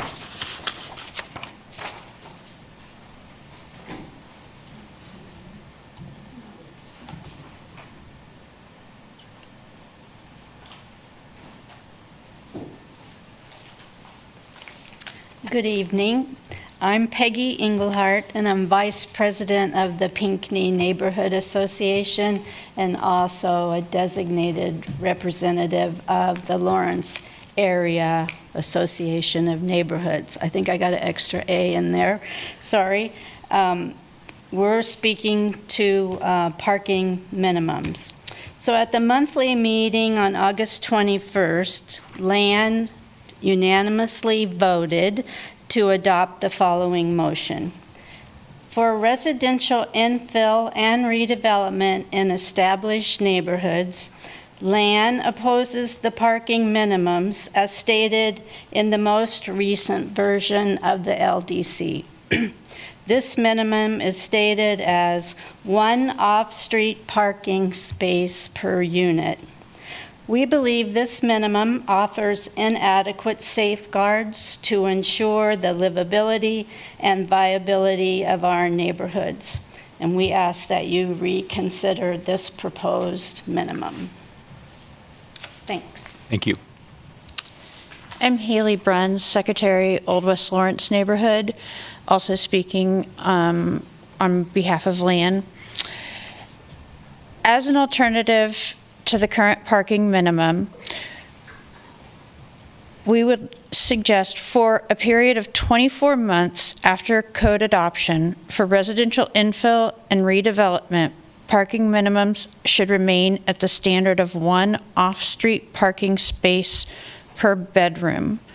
At that point in time, city staff and the affected neighborhoods can evaluate the impacts of densification and determine whether further changes in parking minimums should be brought forward. Thank you. Thank you.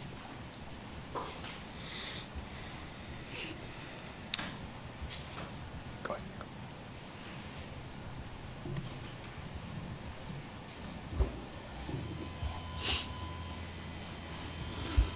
Good evening. My name is Michael Allman, the land rep to the steering committee. And tonight I'm addressing administrative determinations, a little off topic, but certain variances, waivers, adjustments, code interpretation, approvals, permits, and aspects of some appeals. Of these items on this list, the Commission has discussed so far only some notification and appeal provisions and some administrative adjustments. Most on this list, variances, waivers, interpretations, approvals, and appeals, are not strictly numerical in nature. They can involve value judgments or fine line distinctions. Because administrators can make errors on these that are made without pre-knowledge by the public, it's critical that citizens be granted abundant opportunity to appeal all administrative determinations, not just site plans. I am proposing 4 key guardrails that can ensure the neighborhoods and property owners can protect their interests. In Section 2016-04A2A for appealing an administrative determination, add a subsection stating the question of standing of an appellant shall be determined by the Board of Zoning Appeals and not by administrative determination. I want it clear in the code that the BZA staff liaison, just like a court clerk, is not entitled to rule on standing. In Section 2016-04A3 for appealing administrative determination, change the 10 working days to 30 working days to file an appeal. Very few administrative determinations will entail a project delay. In Section 2016-05H2A and H2B for a standard and a major site plan, add subsection stating standards adjusted or waived by an administrative adjustment may be appealed by adjacent property owners or the affected neighborhood to the Board of Zoning Appeals. This would be equivalent to the applicant's right to appeal. Page 2 of my letter deals with apparent errors in the code. My concern here is that much of the appeal process is convoluted and confusing, if not misleading. How can the general public understand confusing code? Whether in error or not, all aspects of the appeal process must be consistently reorganized. Review procedures for administrative determination state that procedures are governed by Section 2016-03.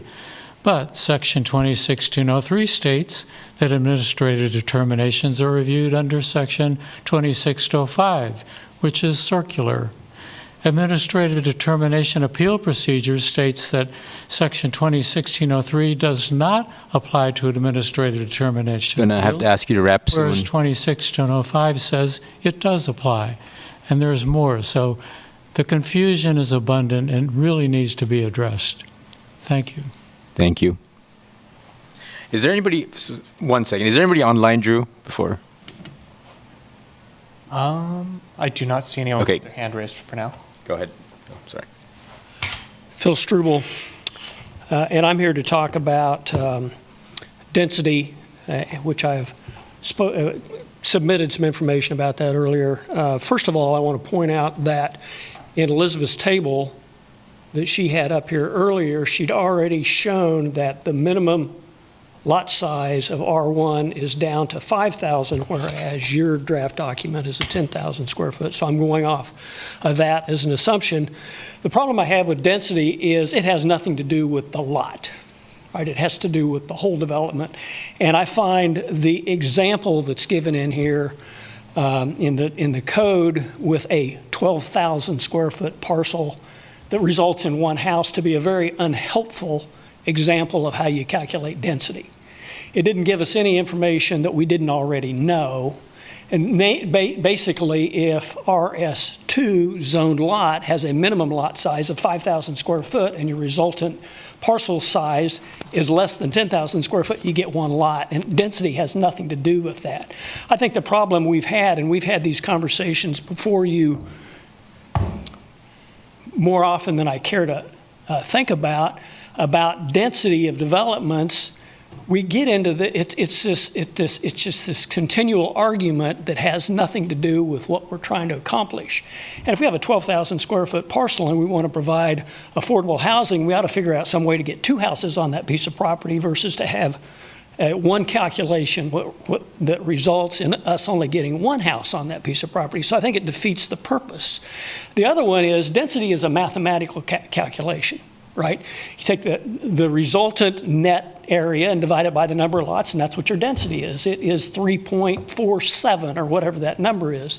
The table that we're shown is if you have a maximum density of R1 of 3 and a minimum density of R2 of 4, then where does the lot density of 3.46 fit? We end up with this hole. Now, the number of houses rounds down, but there's no reason to round up or down your density dimension. It's a mathematical computation. So I think there's an inherent mathematical problem in this deal. And so once we get into this density argument, we just get into that again and again and again. And so I just urge you just to take the density requirements of R1 and R2 out. We have our minimum lot sizes. We have what the intent of the various single-family zoning categories, detached single-family zoning categories are, and let that work. Why add in this superfluous density requirement when we really don't need it? It serves no purpose at all. So, with that, thank you. Thank you. Thank you.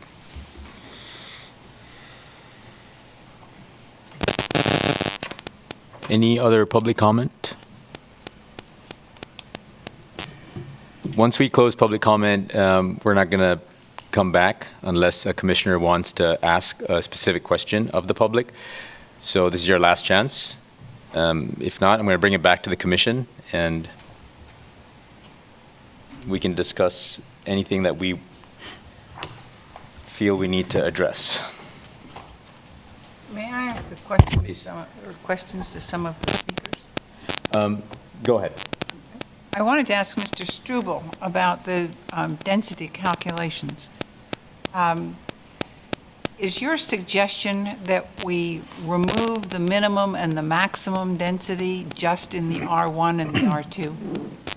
That is correct. That is exactly right. Mm-hmm. And is your suggestion that we leave the minimum and maximum density in the R3, 4, and 5? I find that easier to work with than in single-family parcels. And in the R1 and R2, where apparently detached dwelling also includes a duplex, are you okay with that? Or do you think that there ought to be a detached dwelling and a duplex option? I'm on board with the idea of the intent of our new zoning code is to have mixed housing types in same neighborhoods. They're just going to be bigger or smaller. And that we can come in and in R1 districts, We've got bigger lots, bigger houses. We can have bigger, nicer duplexes, triplexes in there that still fit the character of the neighborhood, still provide additional housing types in those areas. But, yeah, I think we can make that work. And do you think that the duplex use then needs to be by special use permit, or is it just as a matter of right? Thank you. I'm focused on new development. Okay. Okay, so that's where and as far as I know, I'm about the only one that's really focused on new greenfield development. So that's where my energy has been spent. I have not spent much time on the infill development and those issues. I've heard them. I empathize with them. My focus is on new development and going in with my clients in new areas and they knowing that they can do those kind of things in those developments ahead of time when they enter into their projects. I think that's fair game. I think that's okay. Would it be helpful to you and your clients if new development and infill and redevelopment were completely separated in the code? We had the regulations for one separate from the regulations for the other? It would be helpful, but we're already a little big. I mean, the code is pretty massive the way it is, and that will add confusion to the whole thing. Because which section am I looking at? And it's so easy to get into the wrong section and pick out what you're doing. Thank you very much. My pleasure. Just a point of order. Did we officially close public comment? We did. Okay, I didn't hear you say it's coming back to the commission now, so I just wanted. Oh, yeah, no, we did. Okay. We did, Okay. yeah. We did. But I didn't quite understand what he had said. I actually have a question for him as well. It's a good time. So I'm still wrapping my head around minimums. So my question might be really dumb. But you had said that they serve no purpose, like having minimums in R2 and not in R1. Right? So I was just trying to figure out in my own head, my understanding of the purpose of having the minimums is to kind of have a forcing hand to force some density. So to me, that would be serving a purpose, right? The purpose is to force more density in the R2 zoning. So when you're talking about it doesn't really make any sense, isn't it still doing that though? Like, so it is serving a purpose. It just might not be serving a building purpose. I'm trying to figure out in my head. Okay. Are you saying that literally you can't build this, you're building the same thing no matter what if we take density out of it, or so it serves no purpose in that sense? Right. Or are you just saying your purpose is different? Yeah, I'm a firm believer that, and over my 40-year career, the marketplace is going to decide what you're going to build. And if somebody can go in and build 1,600 square foot houses on 4,000 square foot lots and sell them all day long to a public that is desperate for that product, we're going to figure out some way to get that done, and that's where that's going to go. Conversely, if there is no marketplace for 1,800 square foot houses on 5,000 square foot lots, they're not going to build them whether you have a zoning category for it or not. They're going to go somewhere else, because why are they going to come in and ask for something that is going to have a density of 4 units to the acre when they're not going to have buyers for that? So right now, we're seeing a lot of interest in probably slightly larger than 5,000 square foot lots, 2,000 square foot to 2,200 square foot houses. That is what the market is desperate for. That's slightly larger right now than what's going to be our R2. So we end up getting this density game of trying to come up with, man, how do I get to, I'm at 3.8 units to the acre on a 40 lot subdivision. How do I come up and just to get that? And then I'm not providing a product for the builders to come in and build houses that they are pretty sure they can sell. You see? So that's really where the driving factor is we end up playing these splitting hairs games The market is for the smaller lots. It's absolutely right. Is it down to 4 units to the acre? 4 units to the acre, even though our stuff says it is low density, it's pretty dense. I mean, it's more dense than anything else we got. And 6 units to the acre, which is still called out as low density, we don't have none of that. Okay, thank you.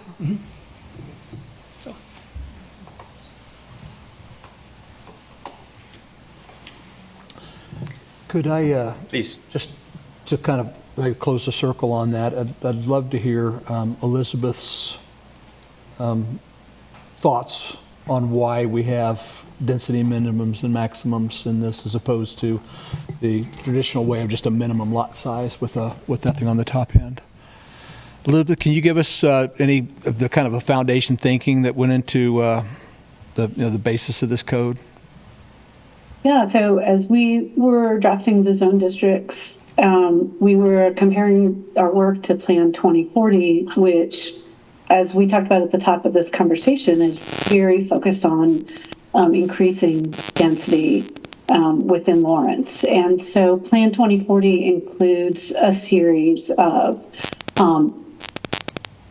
densities that you would see across different development types. And so we drafted the zone districts to align with the densities to get to that development type. We could, take different approaches. As Mr. Struble said, we can let the market do what it wants to do. We could have done minimum, which is what some other do. I think or hate of calling it out if wants in fact land development code in the same format as the existing land development code, there would not be change. So putting in the required minimum densities, as Commissioner Hayden said, as a forcing factor, that's exactly what it's intended to do. So that's in alignment with implementing the plan. It could have been, instead of density, it could have been a minimum and a maximum lot size.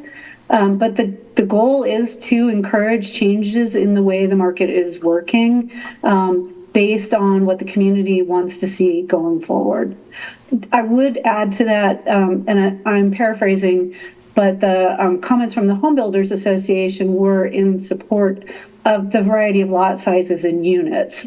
So, there could still be some breathing room between them saying that and them saying that density is what they want. I'm not sure that's it, but we tried to bridge the gap between, it's a good idea and it needs to happen. And we're leaning more into the it needs to happen side. If you as a group think we're reading that policy wrong, then, we take instruction from you in City Commission. I have just a comment based on following up on this density discussion. I'm wondering about the R1 district going forward. Now, I understand that R1 is a category. I'd asked this question a long time ago, why we even have an R1 district if we're trying to become more dense. So I understand that there needs to be a bucket for what we have existing. But going forward, I'm wondering, one, why we have the category of R1 moving forward for new development, and wondering if that could be, we could talk about that even existing. Other thoughts I have about putting density in this category would be restricting the lot consolidation in R1 like you do in the other districts would be another option. Or why isn't there a minimum density in R1 like there are in the other districts? And the reason I bring this up is we really are bound on 3 sides in Lawrence with a lot of unbuildable area because of floodplain, and we really have that space is mostly west and northwest, and do we really want to take any of that space and fill it with large lots as opposed to smaller lots in mixed-use development? So that's why I'm questioning the R1 going forward, either its existence or the way it's constructed as we have it. I've been wondering similar things about the R1, somewhat from an equity perspective as well. It seems strange to me that we've say that we want to kind of have a little bit more of a play at increasing density. And then when I look at it, it seems like we're saying, oh, but the larger, more expensive lots we're going to exempt from that forcing hand, but the smaller, more available and less expensive lots we're going to put through that new standard. So it seems like there's some equity issues that are kind of built into how we're deciding which ones are. Everything is having a minimum density except the larger, more expensive lots. So I have a little bit of a struggle with that, as well as the other issues that you raised about it. Yeah, and I mean, I just want to add something, and I'm not an expert in the area, but just my understanding is lending standards have sort of influenced what kind of buildings banks are willing to lend money for. And so if we, in the interest of density, force certain lot sizes, it may make lots difficult for banks to lend to build on a smaller lot size.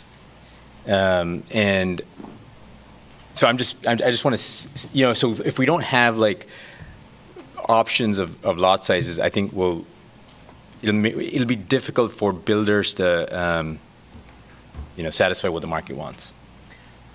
This might make And a what the very bank naive wants question, because so what's driving which? I mean, could it be the other way around? That's what's available, that's what the banks will lend for? Or are we at the mercy? Yeah, I mean, yeah. Bank lending? I don't know. I'm just asking. Yeah, I mean, it's not a question that we can really address here as a planning commission, but banks are really getting out of the lending market significantly. It's private equity that's doing a lot of lending, and it's just the way our regulations are currently structured. So I mean, it's a federal issue. Yeah.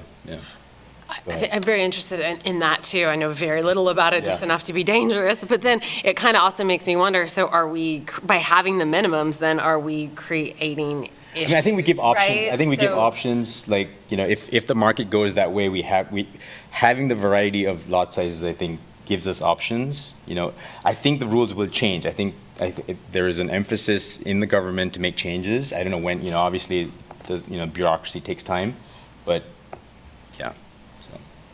Well, my problem with the minimum, particularly the minimum density and the maximum, is that for all of those neighborhoods that do have covenants, it's one thing to say, fine, the city doesn't enforce covenants, you do that on your own, it's a private agreement. But what that does is set neighbor against neighbor.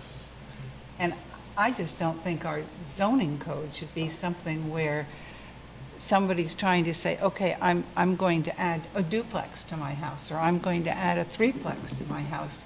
And the neighbor says, but you've got a covenant that says it's going to be single family.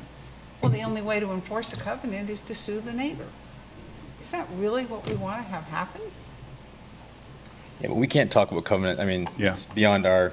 Well, but we can talk about it. We can talk about it, but we can't really do anything about it. Consequences of it.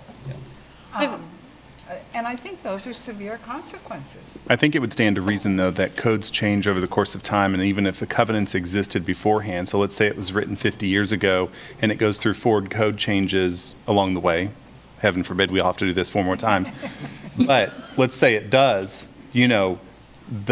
our job is to find out what fits the development of our community for the future, not for the past. And yes, we should be concerned about pitting neighbor against neighbor. I agree.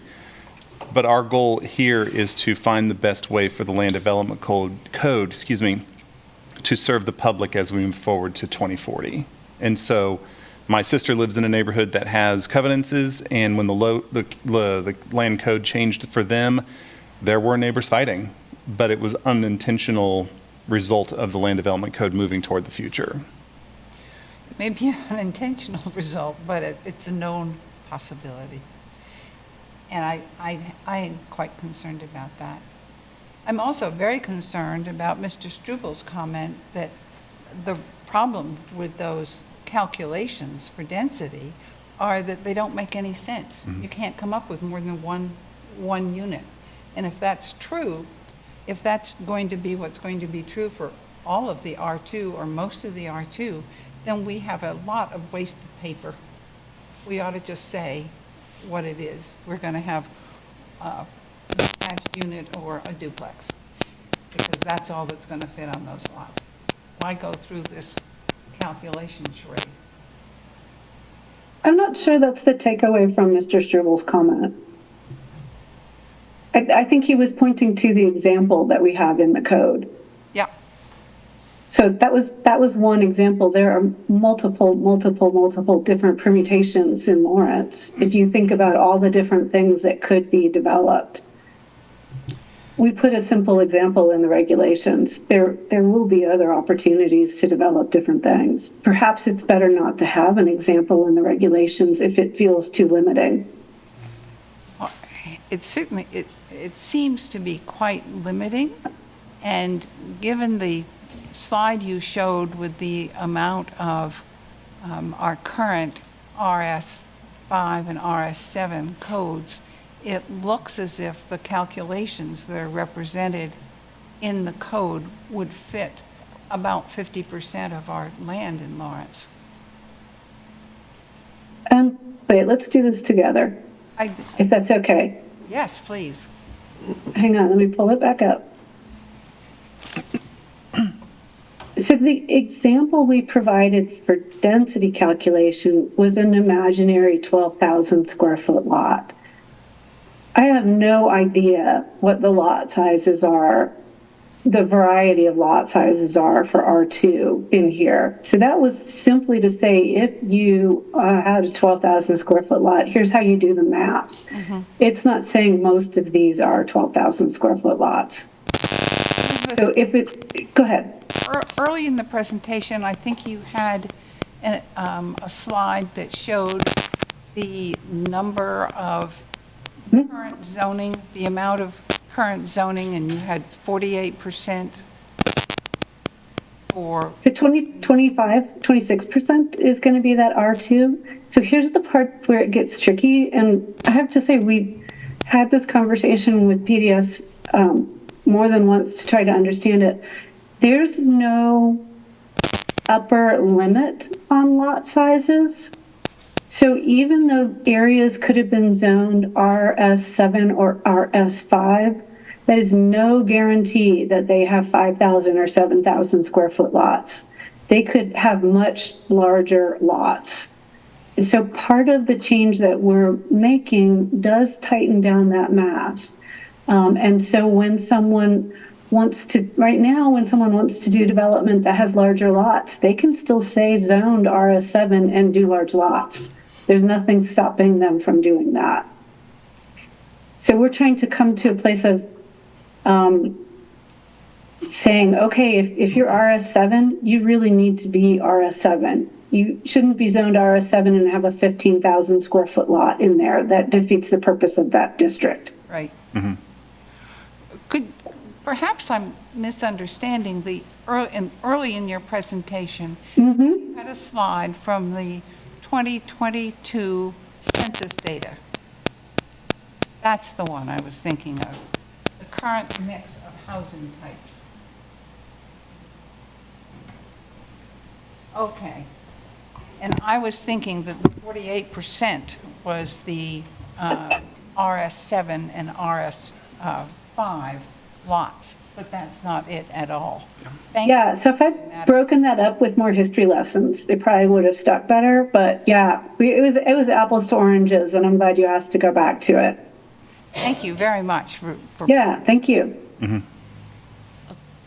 While Elizabeth is on this, can I ask I'll go back. Yep, go ahead. Talk about why why you continued the R1 zoning for new development, and why or why not there's no lot consolidation and no minimum density in R1? Yeah, so we carried that forward because Plan 2040 recognizes that larger lot, lower density with no minimum density. So that's picked up straight from the plan. It is common for communities to keep some some form of single-family zoning district, single-unit zoning district, for a variety of reasons. I'm going to skip forward to kind of answer this question in parts. So we know from looking at the use table that despite us having an R1, there is no actual single-family detached only district anymore in Lawrence because this allows duplex and the single-family attached.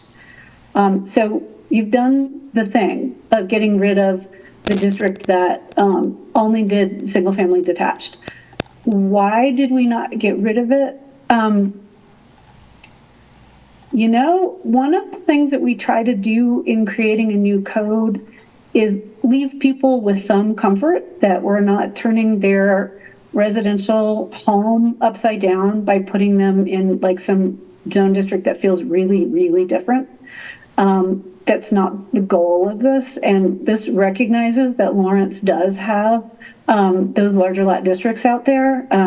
I think it was like about 7% of the city comes in R1. So we left it. The thing about Plan 2040 is that it's open-ended about where the development goes in the future. And we have worked in communities that have said, okay, this is here on the ground and we're keeping it for here on the ground. But it's not applicable to new development. Or, you know, you'd have to come to us with a very good argument based on solid goals and strategies from the plan about putting R1 any place other than where it is right now. So that was our thought process, which is what we asked. You know, going forward, it is absolutely the city's call where you want to go with it. Let's say if it was still to exist going forward, there's still a possibility that if you don't have any restrictions on lot consolidation, we could still end up with some really big lots. Area. Yep, you could. So that's correct. So why not restrict lot consolidation in R1? It didn't come up in the steering committee conversation. I believe steering committee was more focused on the implications for the smaller lots, which we see in the R2 and R3. But we can certainly draft that for R1. Not hard to do.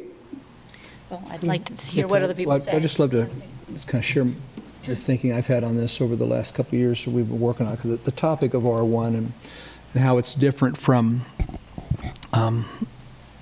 other groups has been a topic of conversation, and over time, as we've had feedback, we've adjusted and made several adjustments. Now there's multi-unit by right and their ADU by right. The minimum lot size has come down. That's all reflecting on feedback that's come in. But I wanted to share though that I think the purpose behind this code and getting at equity is super important. And in my mind, equity is really about more people being in houses, more people having the opportunity to be in houses. And what we've done with allowing density to occur in different ways and to build mixed use gets at that. It's equity, though, is not about everybody living in the same kind of house. It's not about everyone living in the same kind of neighborhood. That's a different thing. I think that every community needs to have a full spectrum of housing types. And it's not to say that someone of lesser income deserves less, but it also recognizes that there are needs of a community not met in R5. I've talked to physicians who are in charge of recruiting doctors. I've talked to people at KU that are in charge of recruiting staff. I've talked to the EDC that's looking out for business development. And without the ability to provide for a full spectrum of housing, both workforce, everyday people, as well as larger lots, or I'll just say it, in some cases more affluent, it's not a negative. It's not a bad thing for our community. Particularly as long as we are working at that base element of trying to get more people in more houses. I understand the argument on the math of a larger lot. Yeah, I get that. Aren't the larger lots west more? Isn't part of Plan 2040 an effort to cut down on the large lot development that extends our utilities further out, with fewer people essentially able to pay for them?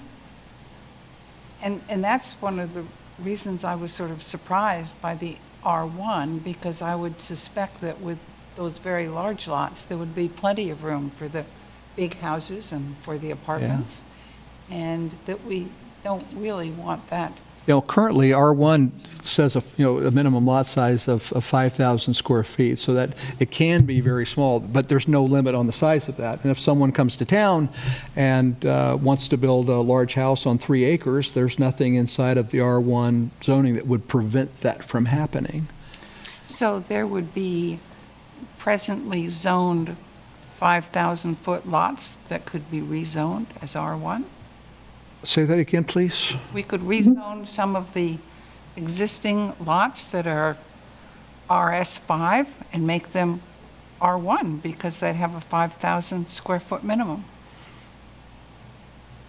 I suppose you could. I think though that what you'll find is, particularly if we maintain the density minimums and maximums, that would be pretty difficult for most established neighborhoods that are of an R5 density, RS5 today, that they would meet the R1 density requirements.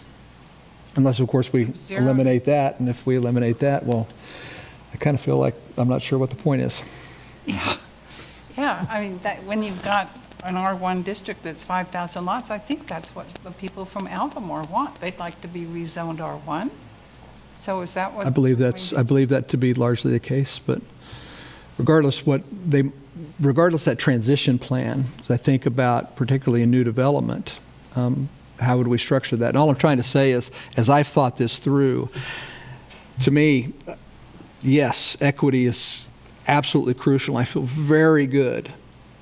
In large part, what we're doing in this code provides paradigm change in how we think about that and what we provide for the ability for people to have homes here. At the same time, I think that every healthy community needs to have a full spectrum of housing types. Equity isn't about everybody living in the same kind of house. It's about everyone having the same opportunities. But we're not talking about I think people. this code gets that. I'm sorry, go ahead. We're not talking about people living in the same type of house. We're talking about neighborhoods, right? So like the same things about letting the market figure out the R1 could be said about the R2 or about our other districts. And we basically have taken just one type, and it happens to be the larger lots, right? And said that one, the market gets to figure that one out, but all the rest, we're going to use a bit of a forcing hand with to live out the values that we've set out in Plan 2040 of increasing density. So I just think that's kind of important, that we're allowing the market in one area and not really in. It will still affect, but there's a little bit more you're not wrong. Pressure you're not wrong. On it. So you're not wrong in that largest of zoning categories. You're not wrong. That it provisions for something very different than a dense mixed-use neighborhood. Yeah, absolutely does. Yeah. I would argue that given our limited space for development, that's going to lead to more infrastructure costs. It's going to lead to more spread out. It's going to lead to more sprawl, which are to me, antithetical to Plan 2040.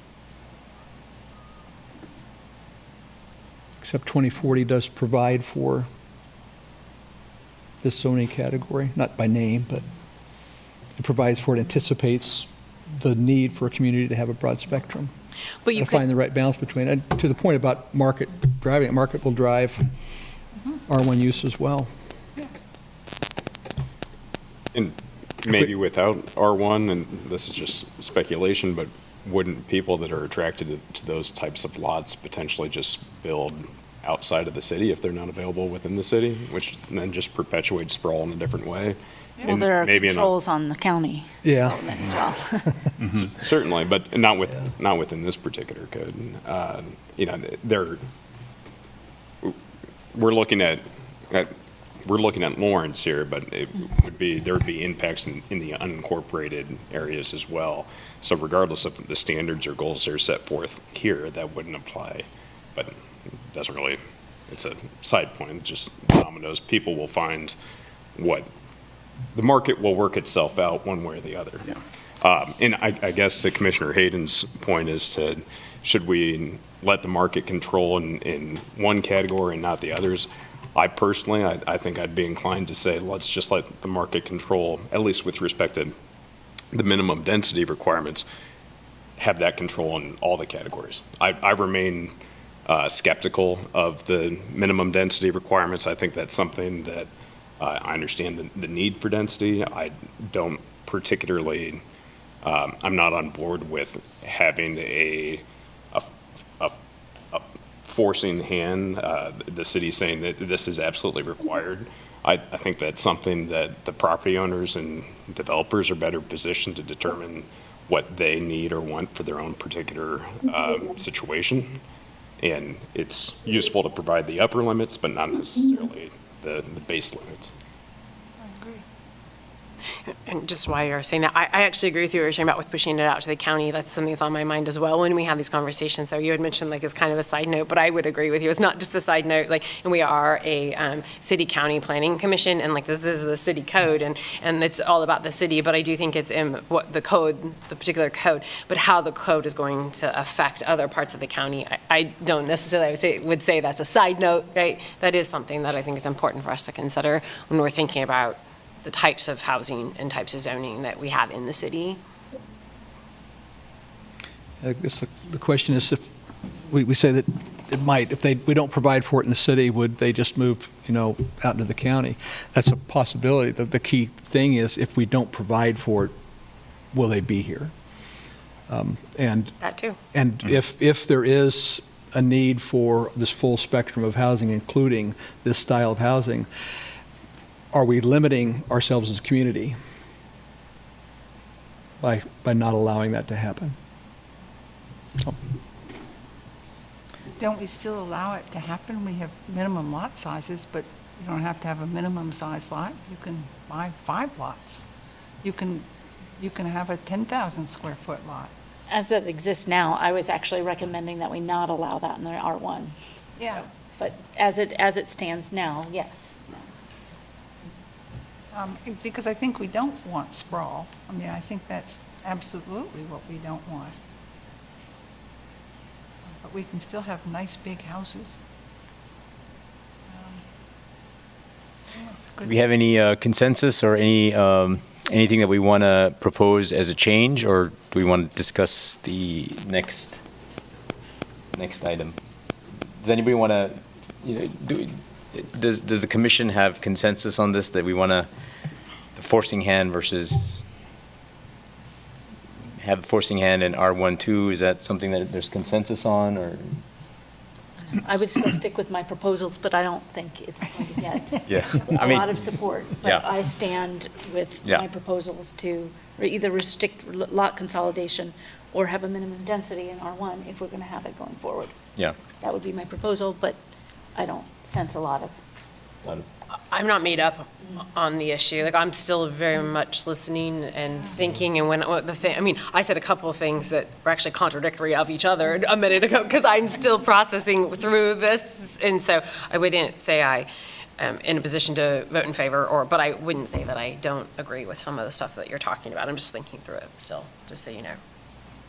And the one thing to consider, if you got rid of, or if you enforced, say, a maximum in R1, and let's say it's, I don't know, let's say it's 10,000, whatever, and an acre is 12,000 square feet, and somebody wants to move here, but they want a 2 or 3 acre lot, and now we're saying you can't do it in the city, you're gonna have to go in the county, but in the county, you gotta have 20 acres now, and you gotta have X number of road feet, or you can't build your house.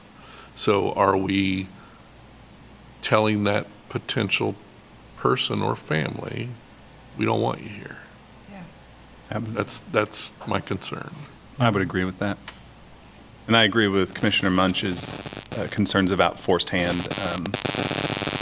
I'm not a conspiracy theorist, but I don't like the idea of Big Brother telling me what to do. Sometimes, there's this idea of we don't own the property, Commissioner Rexroad has told me that we still have to follow a lot of rules, and there's a lot of things that are involved with anything that we think we own, property-wise. That all being said, I tend to agree with Commissioner Munch on the forced hand. Then how do we get there?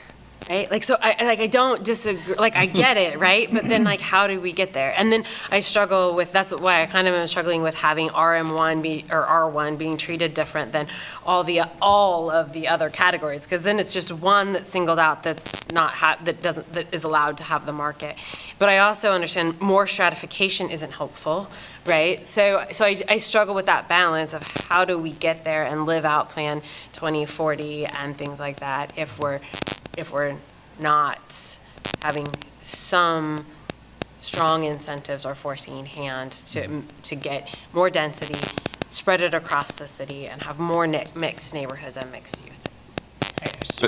But strong incentives are something different than an actual legal requirement. Yes. And that's my concern, is that I expect that as the community develops, the strong incentive will just be property values and the market, that if somebody's sitting on, and I think this is a concern from a lot of folks out in already existing neighborhoods, if somebody's sitting on a piece of property that could have X number of units, there will be an incentive for them to develop in that way.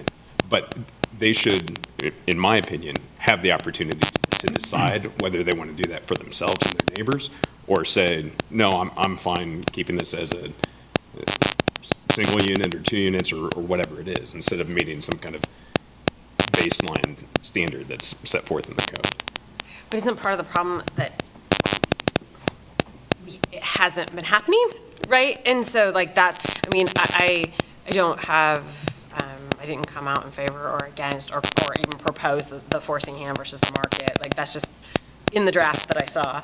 But isn't part of the reason it's in the draft now is because the market wasn't helping us live out our stated values? But I would expect the argument here is that the code hasn't provided sufficient opportunity for individuals to pursue these options.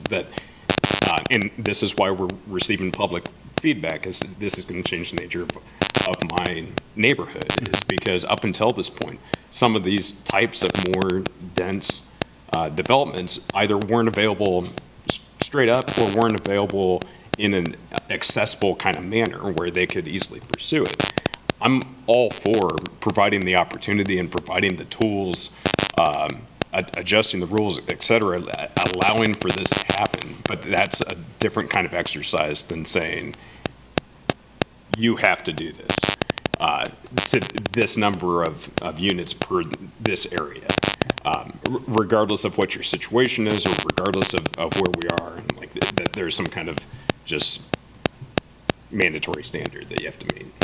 Thank you. That's helpful to remember that part of it wasn't, we're not taking the exact same code and adding a forcing hand. We're actually shifting things around to make more opportunity for the kinds of things that we want. And we haven't let the market necessarily have its opportunity to try it out. Do we feel like the consolidation of the zoning districts from 7 billion down to 5 is something that will help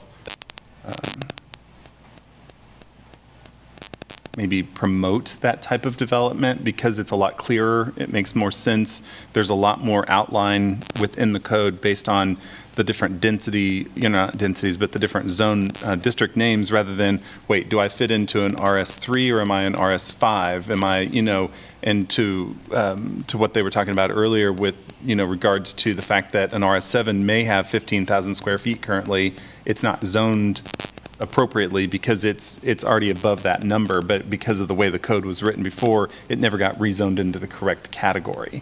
So like maybe there'd be some opportunities there just based on the fact that we're simplifying the districts themselves.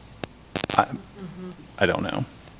Well, we also have the experience that some of the neighborhoods have told us about of houses being remodeled, particularly around the university, to increase the density to a point where people who have tried to have single units or tried to live families there have struggled to find a balance where they can live there, where I think Mandy, I think, told us that 60% of the housing in her neighborhood was rental.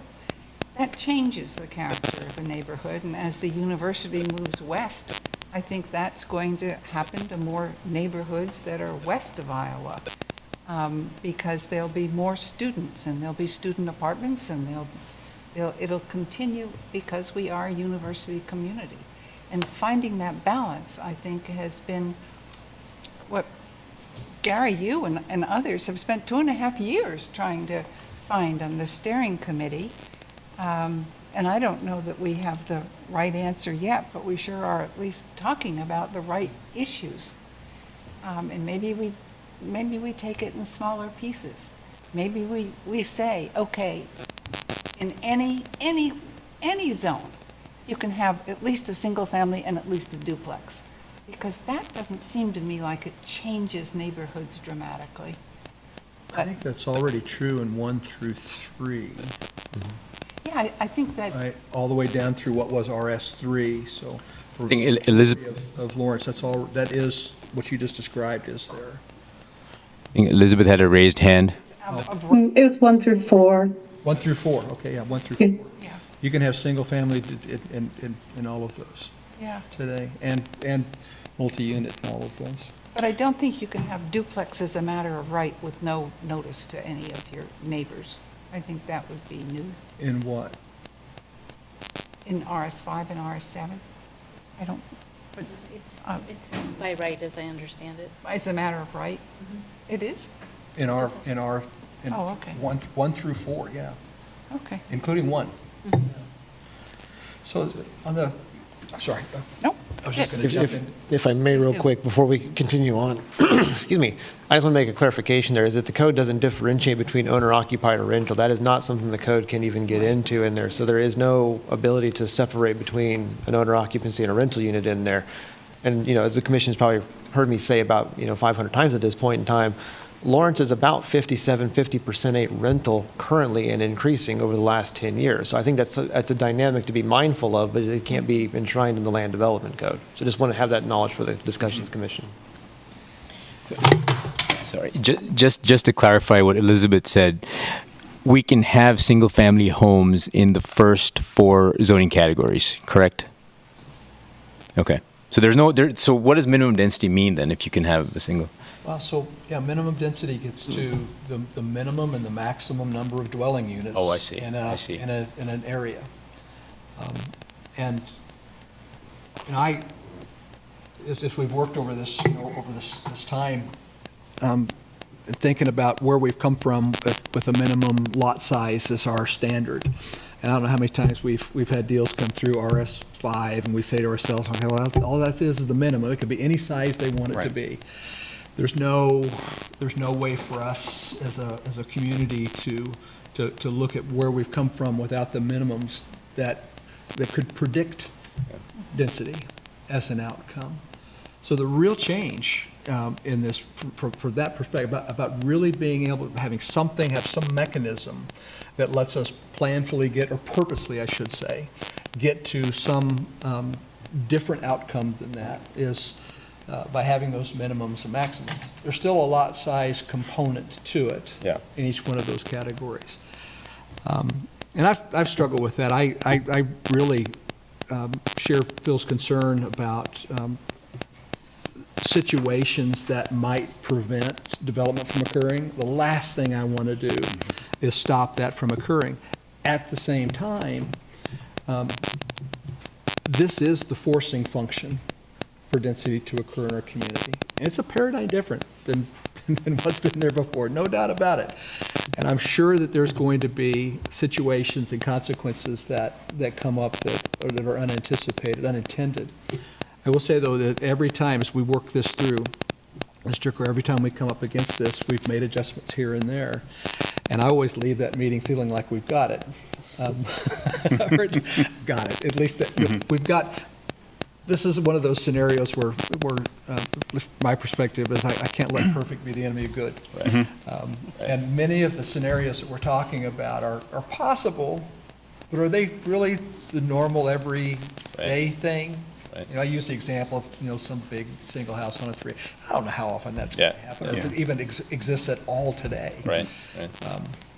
So there will be things in and around it that aren't a part of this, but this is really about the majority of it. And the other thing to consider is that, for the most part, the impact of this will be felt on new development, redevelopment, as opposed to there's no forcing function inside of our neighborhoods that exists today. No one's going to come in and move your line and say, you have to do something. That's not what it's about. Right. It's about as we grow forward. So I understand the concern about the minimum maximum density. If it ends up that it's the will of everybody and the city commission that it goes away, okay. But I would just raise the question, then how then will we purposely get to a different place? Well, one of the things I've been wondering about in that is that it's the combination of the uncertainty of what neighbors might be doing that would affect the character of your neighborhood, combined with the amount of administrative flexibility that we have in the code. And that too is new. And I was interested that the chamber sent a letter that they were trying to rebuild the trust between the chamber and the commercial aspects of town and the staff. And I think neighborhoods feel the same way. And if there is if we've got regulations that can be varied by 20% and things that can happen without public notice, I think the neighborhoods feel very uncertain. And there's that stuff is changing by right. They don't have any way to appeal, and it's not a comfortable neighborhood. And to that end, I would like to point to 2303A, dimensional standards. The standards and exceptions in section 20-203 may apply to residential districts, not shall. It seems to me that we ought to have dimensional standards that shall apply, not may apply. If I may. My first question. Go ahead, I believe those are the set of standard adjustments, Commissioner Eldridge. So if someone, I'll pull it up, but you can have if your chimney extends a foot into your setback, that's okay. So they don't all apply, they apply on a situational basis.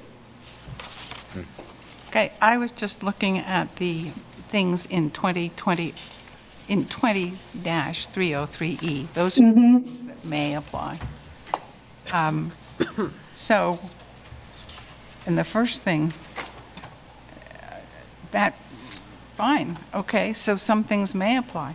That's a concern to me. If I can read the new primary structure height greater than 35 feet to a maximum of 35 feet, it can be modified by 20%. That makes a difference. We find that to be a pretty realistic modification. Normally 20% on any of the numbers that we're doing is not a big deal. We have worked with communities that have taken that down to 10 or 15% if that's a more comfortable place. But the reality of site-by-site development is making some of those adjustments will allow applicants to go through faster over something that really doesn't belong in front of the BZA or the Planning Commission. The other thing I'd probably add, there's two sides. There's the protection, and then there's the enablement. Yeah. And a lot of the conversation we've had about restrictions or imposing something, providing this 20%, to allow for non-conforming, something that's close to but not quite there, is an enabling thing. Yeah. Then on the protection, yeah, for sure, and that's why we've done things like add a public notification or a public notification on things in advance of a vote, right? To give people the opportunity to weigh in. Absolutely. It is a balancing, and it's an important balancing. And I'm glad we're having this conversation. Thank you. And I think for me, what I like about some of the flexibility is even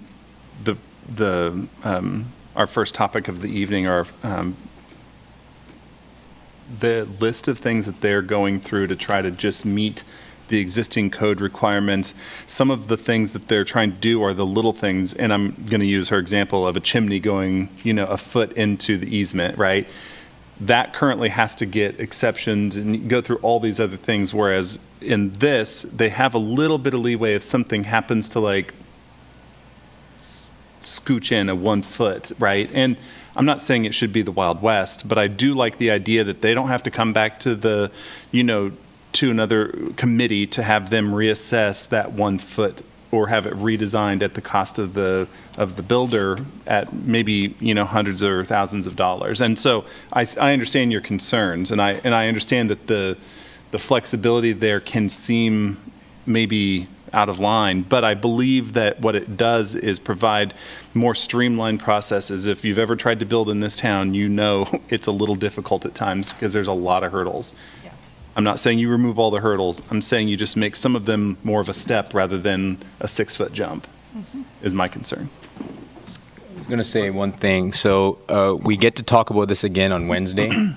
So do we want to, is this a reasonable stopping point? Do we want to continue down this path or continue on Wednesday? What does the commission feel? I mean, it's 9:30 almost. We have like 4 or 5 sections, right? We need to get through. Yeah. Can you perhaps preview for us what the expectation is for Wednesday's meeting? It's essentially, are we just more time to talk about the same things we're talking about today? Yeah. That's. I know. Is there there is no presentation on Wednesday, right, Jeff? Or is Well, I don't think we were planning on one. It's really just a continuation of tonight. Yeah. So we'll have more time. That's helpful. To focus on this. Yeah.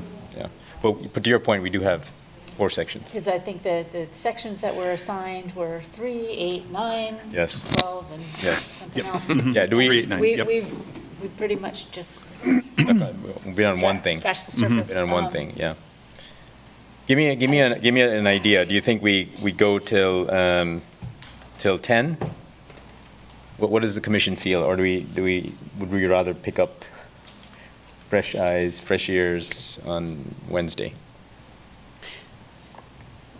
I want us to make sure we exhaust everything we want to talk about, but I also want us to be present. So, what do you guys think? Well, I hate to admit this, but I have so much I want to talk about that nobody else is going to want to listen to. No. We have to. We have to. Everything. Go in the back room. Continue on. Oh, that's great.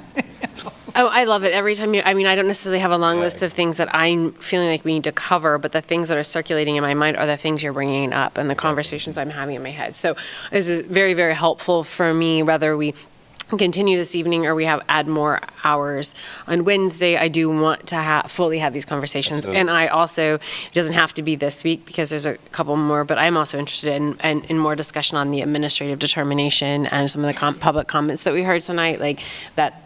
We don't have to, that doesn't necessarily have to be in this topic, but I'm certainly interested in that as well. Do we want to talk more about this thing we're on right now or move on to the next thing so that we can, we can come back to it. Can we go to 10 o'clock, please? Sorry? May we go to 10 o'clock, please? Yes, absolutely. And we can go beyond if, we want to. No, I don't. I'm thinking we could at least cover Article 3. Okay. Is that reasonable, to at least make it through Article 3 with what we've had? Yeah, let's do that. That's what we're on, right? Yep. So if I may, I have, I hope, a more minor drafting comment while we're talking about density standards. As I stated earlier, I'm generally skeptical of the minimum density standards, but if we're looking at the exceptions and how they're written up here, I wonder if the exception for a property being damaged or destroyed through natural disaster. Yes. Does that include a fire? Right. Yeah. Yeah, I can think of all sorts. When that was specifically said, I was thinking the same thing. It's It was actually the example used. If my house burns, can I rebuild my house or do I have to build a new one? Yeah, but the house burning down is not necessarily a natural disaster. Right. Yeah. I think there's probably consensus that we change that language. Yeah. I think there's consensus that Elizabeth, can we make a note that we want to change that? Yep. Unintended loss. Yeah. Yep. Any reason short of your insurance company saying, oh, you did that? There are criminal charges involved, maybe not so much, but Other than that, build it back. Forfeiture clause. I like that language. And that's not Okay, all right. I will make those changes. Thank you. True. If I think the commission is getting at very similar language to what we see in some of the other codes, which is like an intentional abandonment of something. Is that what you're kind of shooting for? It's like, if I tear down my house intentionally to build it back, that's one thing, but if Godzilla tears down my house, I did not intend for that to occur. Correct. Yeah. Okay. Yep, you got it. Also, I don't know if Godzilla's out there. I just would like to just take it a little step further out there. But if I intentionally tore down my house, can I not build it back? No, A single family? no, you can't. I thought we could build single family. Yeah. You'll say if you intentionally tear it down? So actually, he has. I mean, essentially, I want to build it, I want to redesign my That's house. redevelopment, yeah. I see. So that would, minimum density. You fall into the new. Minimum density, Fall okay. into the new rules. Unless you're R1 or R2. Unless you are one. R1, R2. So what is the thing about having a single family in R1 through R4? What does that mean then? If is that? So, okay, let's put those pieces together. Wait, hang on one sec. I'm trying to pull up the screen. Can you guys see the draft? Okay, so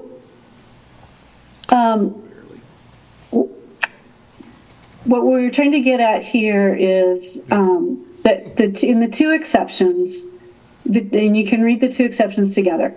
So if you're in R1 or R2, you essentially don't have to meet minimum density. You can put in that single unit. So that's one exception, the R1, R2 exception, which it is an interesting exception in light of this evening's all-around discussion. And anywhere that a house is destroyed, doesn't matter which district it's in, you can replace it. So one of the things we might want to do here is not required, is not applicable to the damage or destroyed through natural disaster, which will change as located in any zoning district. So I think that the gist of that was, if you have a single family, you can rebuild a single family, despite Godzilla or whoever comes by. And Elizabeth, exception Yeah. A means that we really don't have any minimum density in R1 and R2. No, it kind of got to, Yeah. yeah. So why do we have it then in the? Yeah. Why don't we? Why do we have it? Well, we brought it in following all of the neighborhood outreach meetings in, August? That was in July. And so the idea isn't working, essentially. What I meant Where is, would you guys want to go with this? Yeah. why, if we have exception A2, then why do we have minimums? We should just get rid of the minimums because A2 is doing that. For 1 and 2. Yeah, I think you're right. For 1 and 2, just for 1 and 2. I mean, R1 and R2. The minimums would still exist above R2. So, yeah, I agree with you. And I guess I need to go back to my notes and see if I misconstrued what steering committee wanted here, or if the group as a group didn't realize that this is a loophole you can drive a truck through. So they meet again in a few weeks. Why don't we flag this one to hold on to, take it back to them, and I'll check my notes. I will check my notes before Wednesday. So if I can bring anything back and explain it to you guys, I will. Otherwise, I think the way that we're working this is you all decide as a planning commission if you'd like to recommend this language comes out or gets adjusted, and then I'll take it back to steering committee and they can decide if they want to take it out or adjust it, and we'll hand the whole thing over to city commission. Okay, I do think this plays really big in to a question that was posed earlier, which is single family is still allowed in everything from R1 to R4 was stated earlier, right? That's correct. But then there was if that's I don't understand how that comes into play, because then it was, but if your house gets destroyed, if you destroy your own house, you can't build it back up as a single family. So I'm not understanding how those two work together. I understand the natural disaster or somebody else like burns your house down. But if you have an empty lot in R1 through R4, can you build a single family home on it? Yeah, a detached dwelling is permitted in lieu of a 2-unit or? No, but that's with the exception, right? So if I'm trying to figure out, like, is the exception the reason that was the answer to the question? The question was posed earlier, and the answer was, yes, you can rebuild the house in R1 through R4. But I'm not seeing that actually anywhere in the code. Okay, so let's do it this way. Let's do the exception properly. So if I, for some reason, have a single unit dwelling in what becomes R5 and it's not allowed there, looking at the table over my shoulder. Okay, detached dwelling is not allowed in R5, but somebody in my neighborhood rezones, I say, fine, go ahead and rezone me, whatever, but I've got a single unit dwelling.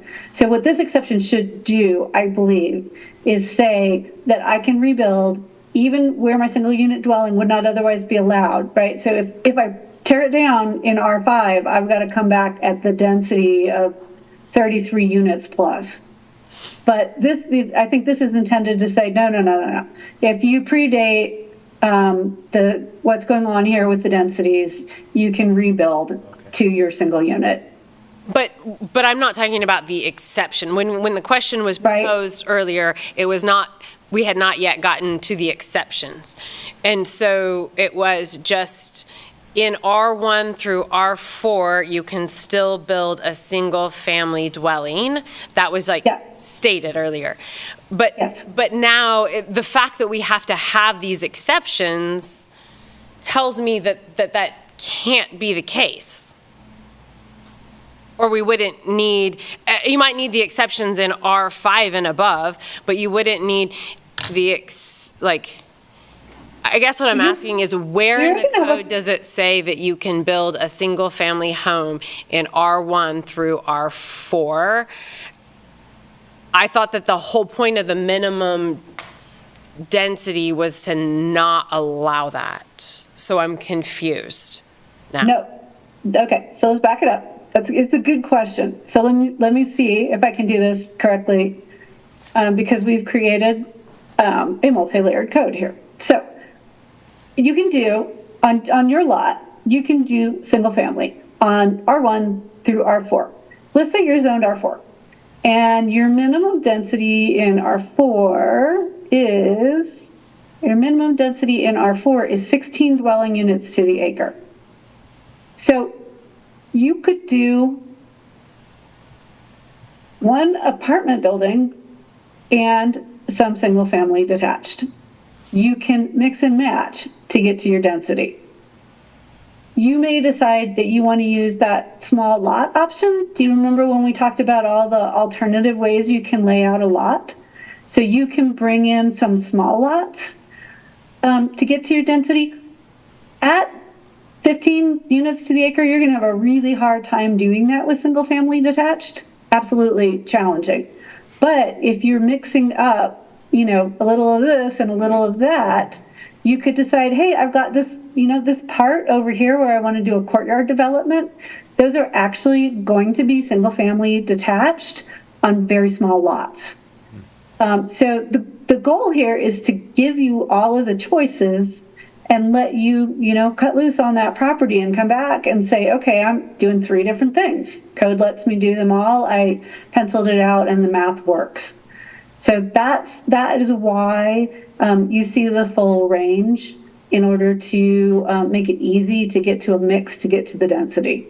Okay, I have another question that's probably really dumb.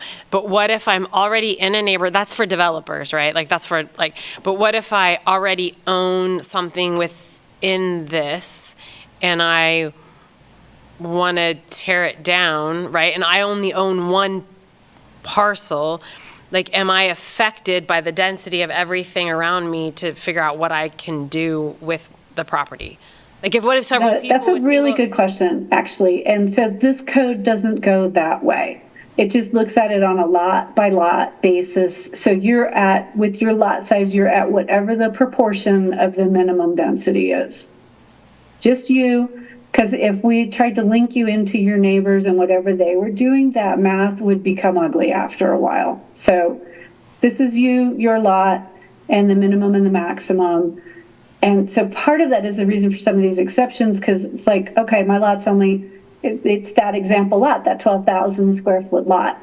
And once I take away everything I need to take away, I can only get to either a single unit or a duplex or the attached, and that's okay. I'm sorry, you're muted. Could you say that again? I didn't say anything. I'm still processing. That was just my okay, I'm still trying to figure this out. Yeah, I'm just trying to think out if I have a house and I've got my lot, say it's a duplex, and I decide I want to remodel, I can't go down. I have to have at least a duplex or more then.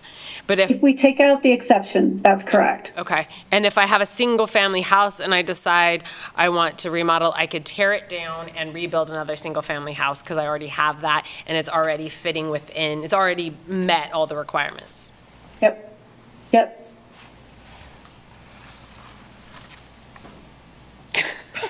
It's like 3D chess. That's what we've got going on here. No, I was just thinking, because I got really confused and all that back and forth, and because the mindset, we have such a mindset that of single-family housing. Most of us do have this. So, yeah, but what Elizabeth explained, it really opens up some creativity. So it's not that you're trading a single-family home for a single-family home in zoning districts 1 through 4. It's just you're allowed to put a single-family home, but then you have to meet the minimum density. You can build all kinds of other things, but it just allows you to have a single-family home as a piece of that whole new development. Yes. So who knows what could be, what sort of creative things can be. Yeah, and I think that's fabulous from the yeah. development perspective. I'm just thinking about once I already own it, and now I own it, and it's been developed in this particular way, and I want to do something different with it. I am not allowed to do that anymore, right? I'm not a developer, but I just own this piece of property that I bought. I'm very limited in how I can reconfigure, tear things down, rebuild things or whatever. I'm very limited. Well, I think for the most part, okay, so let's put you in an R2, and you have a single family unit.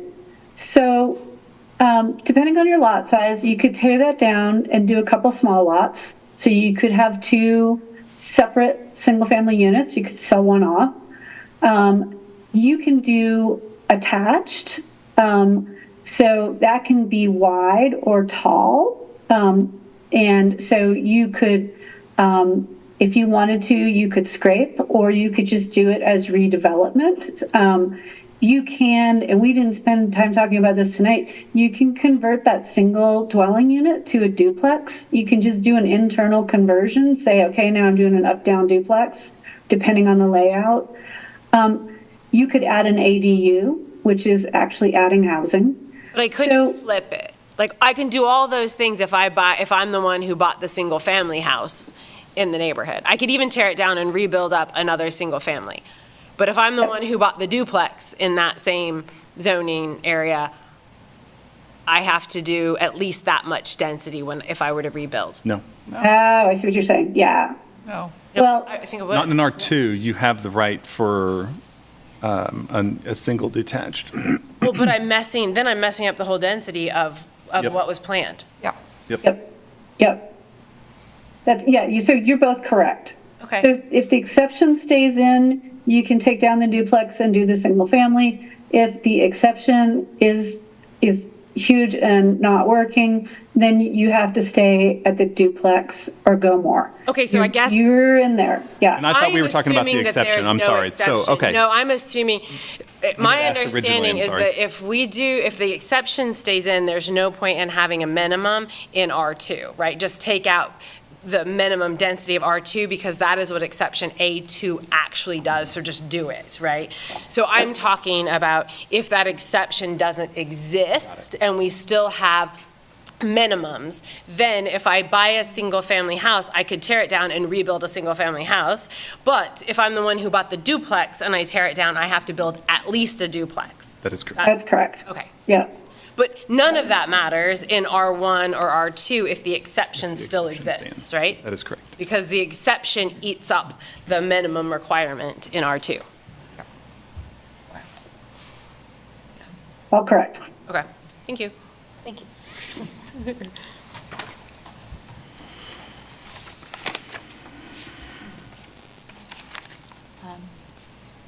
I have just a quick, hopefully a quick question. In Article 3, which is where we are, standards for environmentally sensitive lands. Just want to correct, there's that list of protected areas for a proposed development. I just want to know, I know in Plan 2040, we did have mention of at least voluntarily identified native prairies and native woodlands. I'm wondering why those are not considered protected areas. I may be incorrect in that, but You're talking about it was mentioned. 2303E4? Is that what you're talking? E2? E2, protected areas. Okay. I think they need to be added. Okay, so it was woodlands and native prairies? It was native prairies and woodlands. I don't think technically native woodlands were mentioned in Plan 2040, but native prairies. Okay, I know, this is not an answer to what you're saying. I'm making a note to check those. For some reason, I remember thinking about them and deciding they didn't belong here, but I need to go back and double check that. If there's a reason, I will provide it to you on Wednesday, and if not, we'll just add them. Well, it might not be in the official list of sensitive lands, because I know there was a great deal of debate when we did Plan 2040 about having those areas designated as sensitive lands. Isn't there a county code that talks about sensitive lands, and the Yeah. city is in the county, and so wouldn't that be applicable, and those areas should be listed? I think they should be listed, but I'm just not sure about the technical.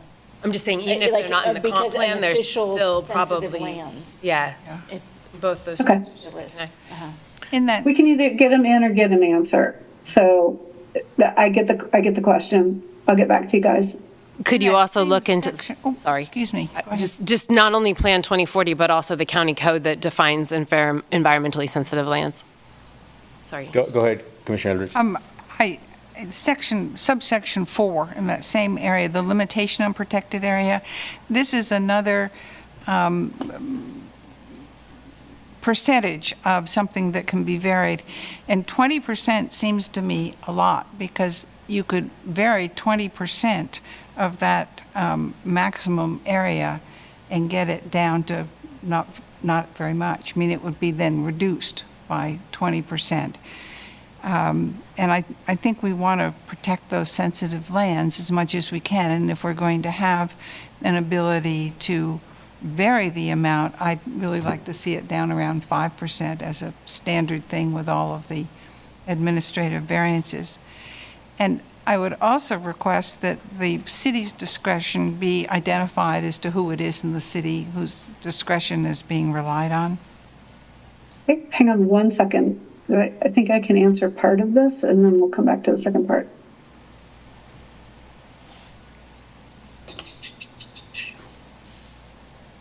Almost there.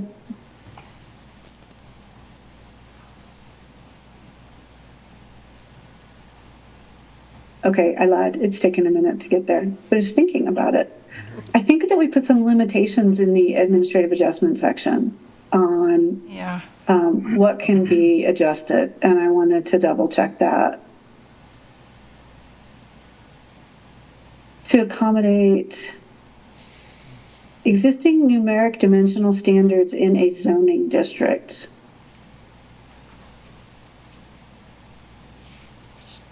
I think we want to say possibly this doesn't qualify as it doesn't qualify for administrative adjustment. Okay.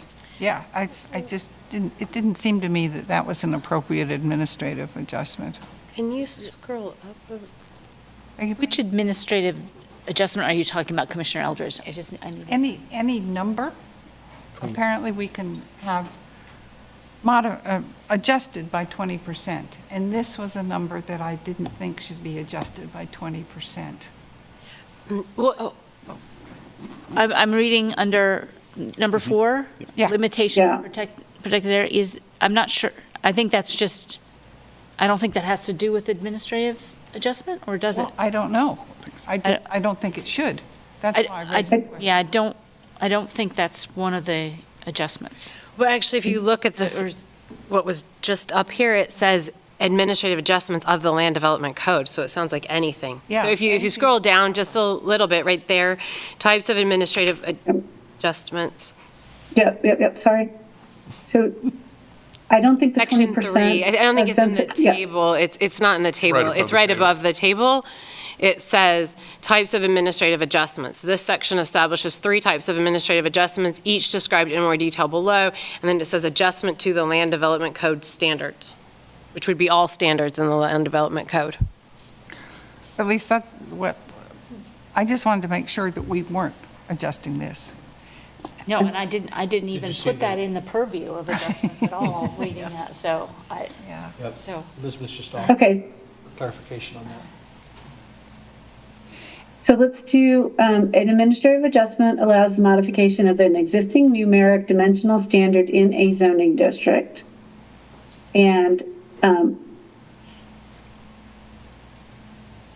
do as identified in table 2016-7. Okay, so we're going to tie it down. So the only things that we can adjust are lot area, lot coverage, setbacks, encroachments, building height, accessory building height, building orientation, architectural design, sign height, fence or wall height, and minimum landscaping requirements. So, and then I'll go back to the earlier section that Commissioner Aldridge was citing and say this is not subject to adjustment. Is it not subject to variance also? I don't know the answer. Well, yeah, I'm not sure I don't know what the variance process is under this That's a question new for Elizabeth. code, but I think the issue was it's our understanding that administrative adjustments could just be done without any. You just passed. They just happen without any. Right, that's correct, but it's not. It's only applicable to zone district dimensions. Yeah, so variance, I don't know. Stuff we just looked at. Yeah, I don't know if a variance is as non-reviewable or not, but. Variances would go to the Board of Zoning Appeals, and they would be subject to going up to the next standard on that. Right. So I think that was kind of the issue, was that the concern was about administrative determinations because there's really no public oversight of that, whereas variances, there's public oversight of that. That was a really good. Jeff, quick, just the clarification on the language just put in there, does that cause you any concern? Does that limit you in any way we're not anticipating? I have to think about it. That pretty much sets the guardrails pretty tightly for what staff can and cannot do. So that may send a lot of things to the Board of Zoning Appeals if it would exceed those items or be something that's out of that boundary. I don't know what that would do just off the top of my head, but that's a pretty tight guardrail that would be established, I would suspect. Does staff want to take a cut at that table to make sure that it's including all the things that should be there? Question for you all more than it is for us, because we will do as that table says, quite truthfully. Yeah. Well, I guess with Elizabeth proposed that language quite quickly, and so I'm just wondering, was that the original intent and it just hadn't been presented that way in the actual text, or was that not the original intent? No, the original intent was to tie it down.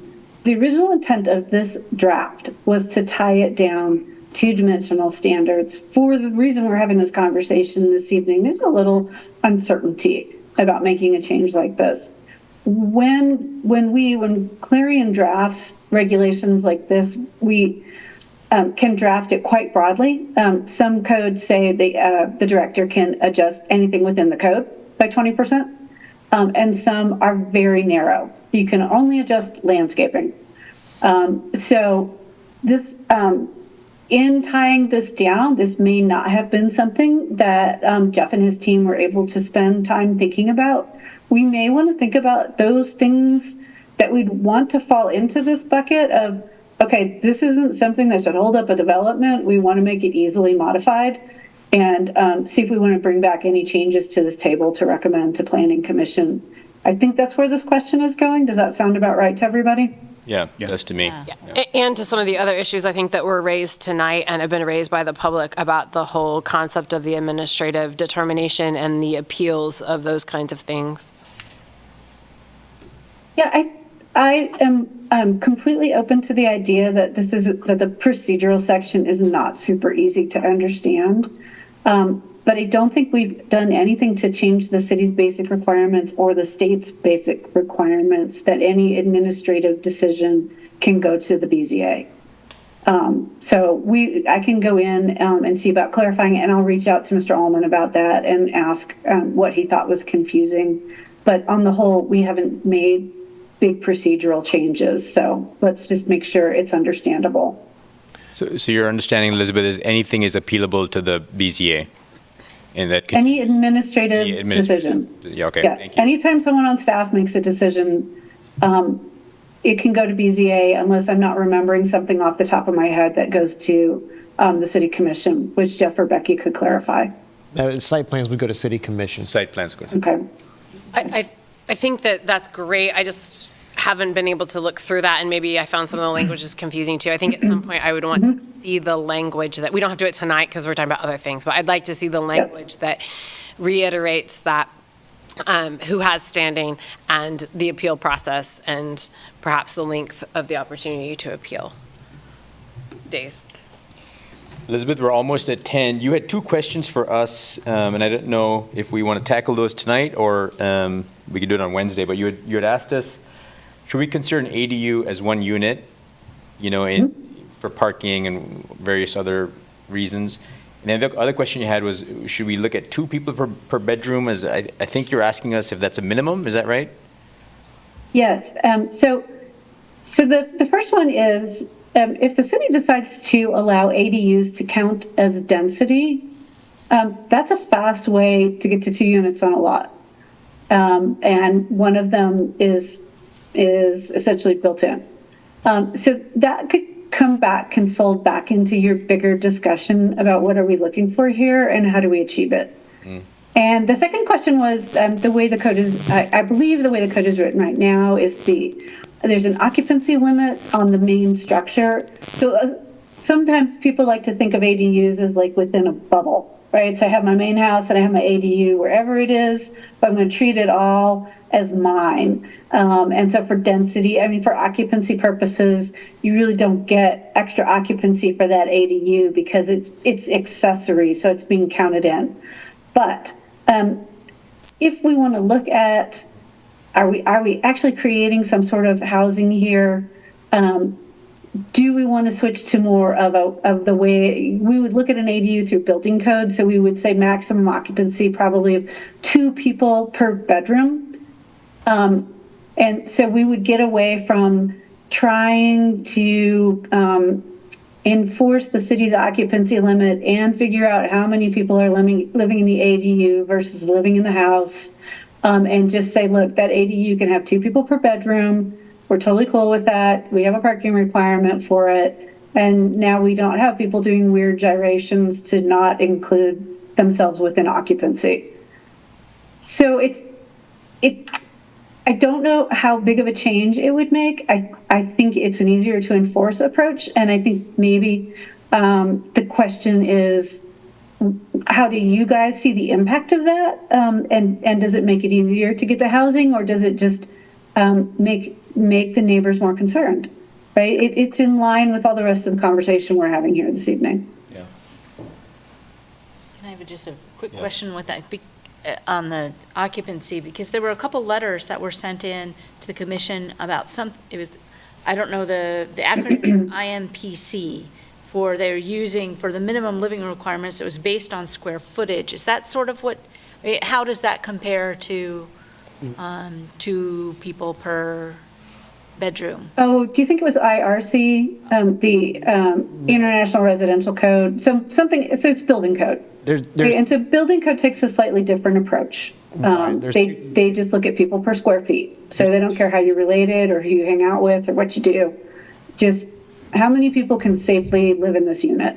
So the letters are referencing the International Property Maintenance Code, which is slightly different than the residential building code. Okay. Because the property maintenance code deals with, I'm going to grossly simplify this, but like weeds and have you painted your house and is something falling off more or less. The International Residential Code is about, what are the minimum room standards that you need to have for a bathroom, the sizes of certain things, what that occupancy looks like. So there may have been a bit of blending between those because in the city of Lawrence, our code compliance staff oversees the International Property Maintenance Code, and they also look at occupancy as part of rental licensing. So they step across both codes. Now, I think those letters may have been referencing was the intent of that was the property maintenance code in some degree, but also the residential code in some degree too. They just didn't make the differential, the technical differential that we would normally do. How do you remember all that? I have flashcards. That's too funny. So that's not an alternate way to look at these residential occupancy So standards, really. and this is where it kind of goes back to history lessons. I hate to say it again, but in the current land development code, you have in Article 6 an occupancy standard that is based upon your base zoning district. So not more than 3 unrelated people in an RS district, not more than 4 unrelated people in an RM district.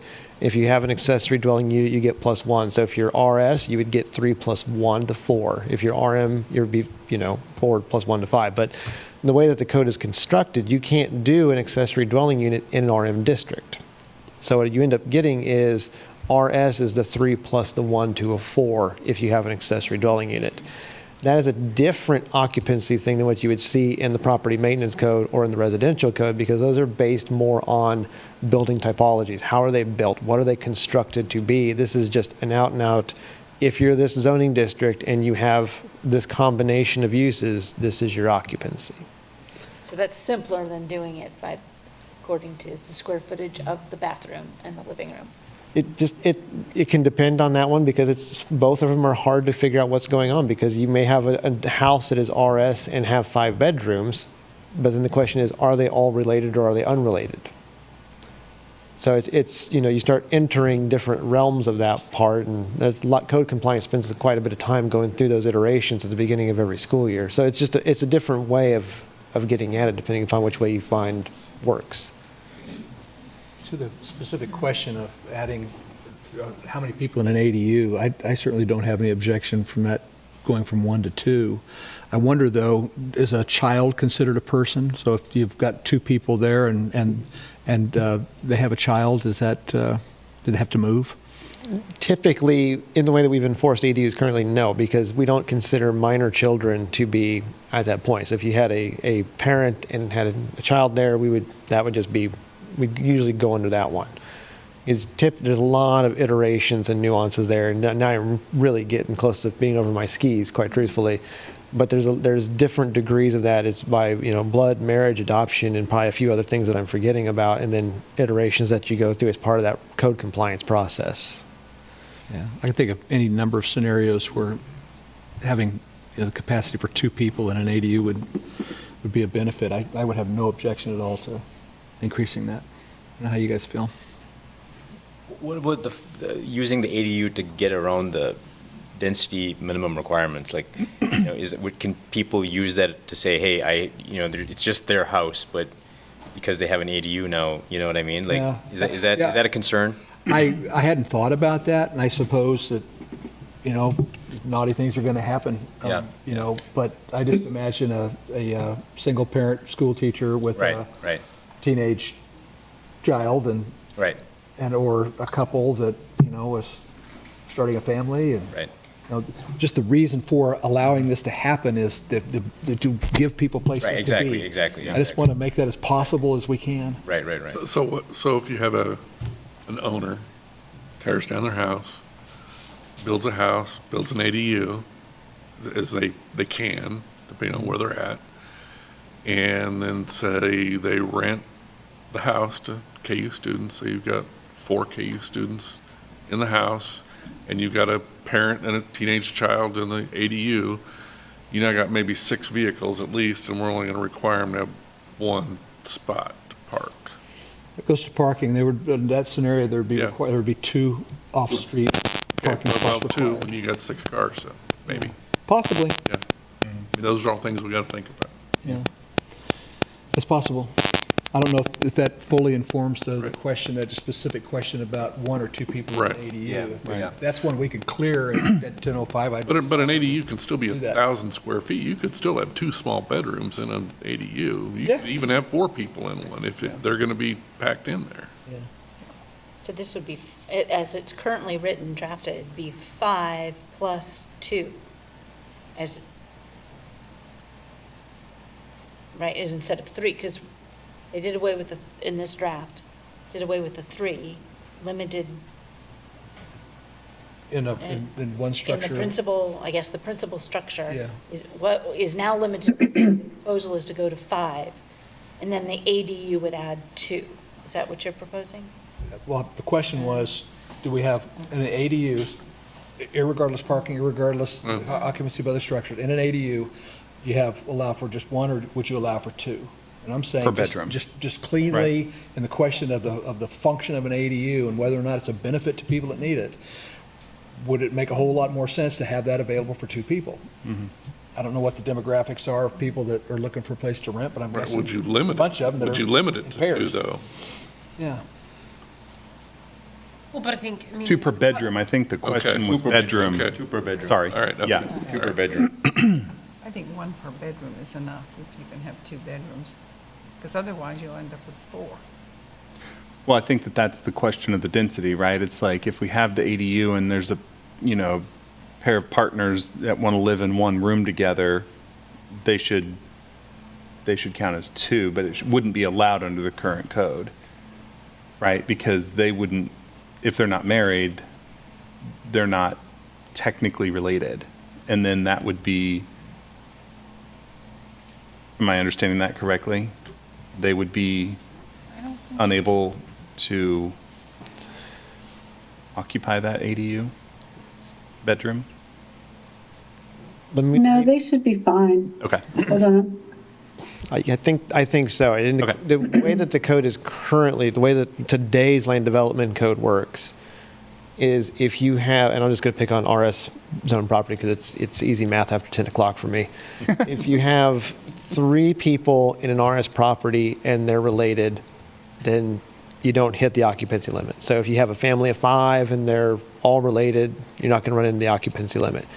The moment that somebody unrelated moves into the house, then it undoes the everybody's related component of it. And so if you have 5 people and you add 1 that's unrelated, you now have 6. So at the moment someone unrelated enters in the dwelling as an occupant, that's when it undoes the part of the code that we have today. So in the case of an accessory dwelling unit in today's code, it's the configuration of the house is one thing, and if somebody's, one of the most common ones we get for an accessory dwelling unit is a caretaker suite. So if you have a live-in, stay-at-home situation, you would like to have a nurse or a physician or somebody there, you can just have a person there because you can only go the dwelling plus the 1. So in the current configuration, you would never run into a situation where if that person was there and their partner was also joining them, that would be impossible under current code. Okay. So really, we're saying that as long as they're related, you can have as many as you want. It's just that if they're unrelated, we're going to limit it to 2. In the primary residence, it's where that applies. Now, in the currently in accelerated, and I'm reading the accessory dwelling unit is just, it's plus 1 period. Plus 1 period. So we want to change that to 2. I think it makes sense. I think that makes sense. Is it 2 per bedroom or is it 2 per unit? Yeah, that's good clarification. Elizabeth, do you? What was the question specifically? Yeah, that you were Just asking. to make sure we're all on the I same. asked the question is 2 per bedroom, but 2 per unit is not unknown. And I think that you guys are kind of circling it in different ways. So I would re-ask you the question, would you like to do it as 2 per bedroom or like to do it as 2 per unit? Any way you do it, moving away from 1 makes it more likely that you can put a small household, we talked about the teacher with their teenage kid or whatever, in that ADU. I agree. What's consensus? Do we have consensus? Any objection to it? Bedroom or unit? Bedroom. Bedroom. Unit. I think, just to be kind of clear, the way I'm thinking about it, the difference would be 1 or 2 per unit kind of gets us at the family unit we're trying to get at. 2 per bedroom starts to get into the student housing issue we're concerned about. So I think, just want to throw that out there as we kind of talk about, are we talking about unit or are we talking about bedroom? Right. There's a difference between there are different situations, and some of the neighborhoods are concerned about student housing being overrun by student housing. Yeah. I'm leaning towards unit. Me too. I want density. But Yeah. I'll go with consensus, but I mean, I don't disagree. Yeah, that yeah, yeah. density is great, but what we're in a college town, what Right, we're talking right, about with right. density is maybe a little bit different than if Right. we weren't a college town Yeah. in having student neighborhoods. yeah. I also worry about, it was hard enough to enforce the 3 unrelated individuals as it was. And now if we up it till 5 it's and not- 4, Yeah. to me, that's an ongoing issue with this is enforcement.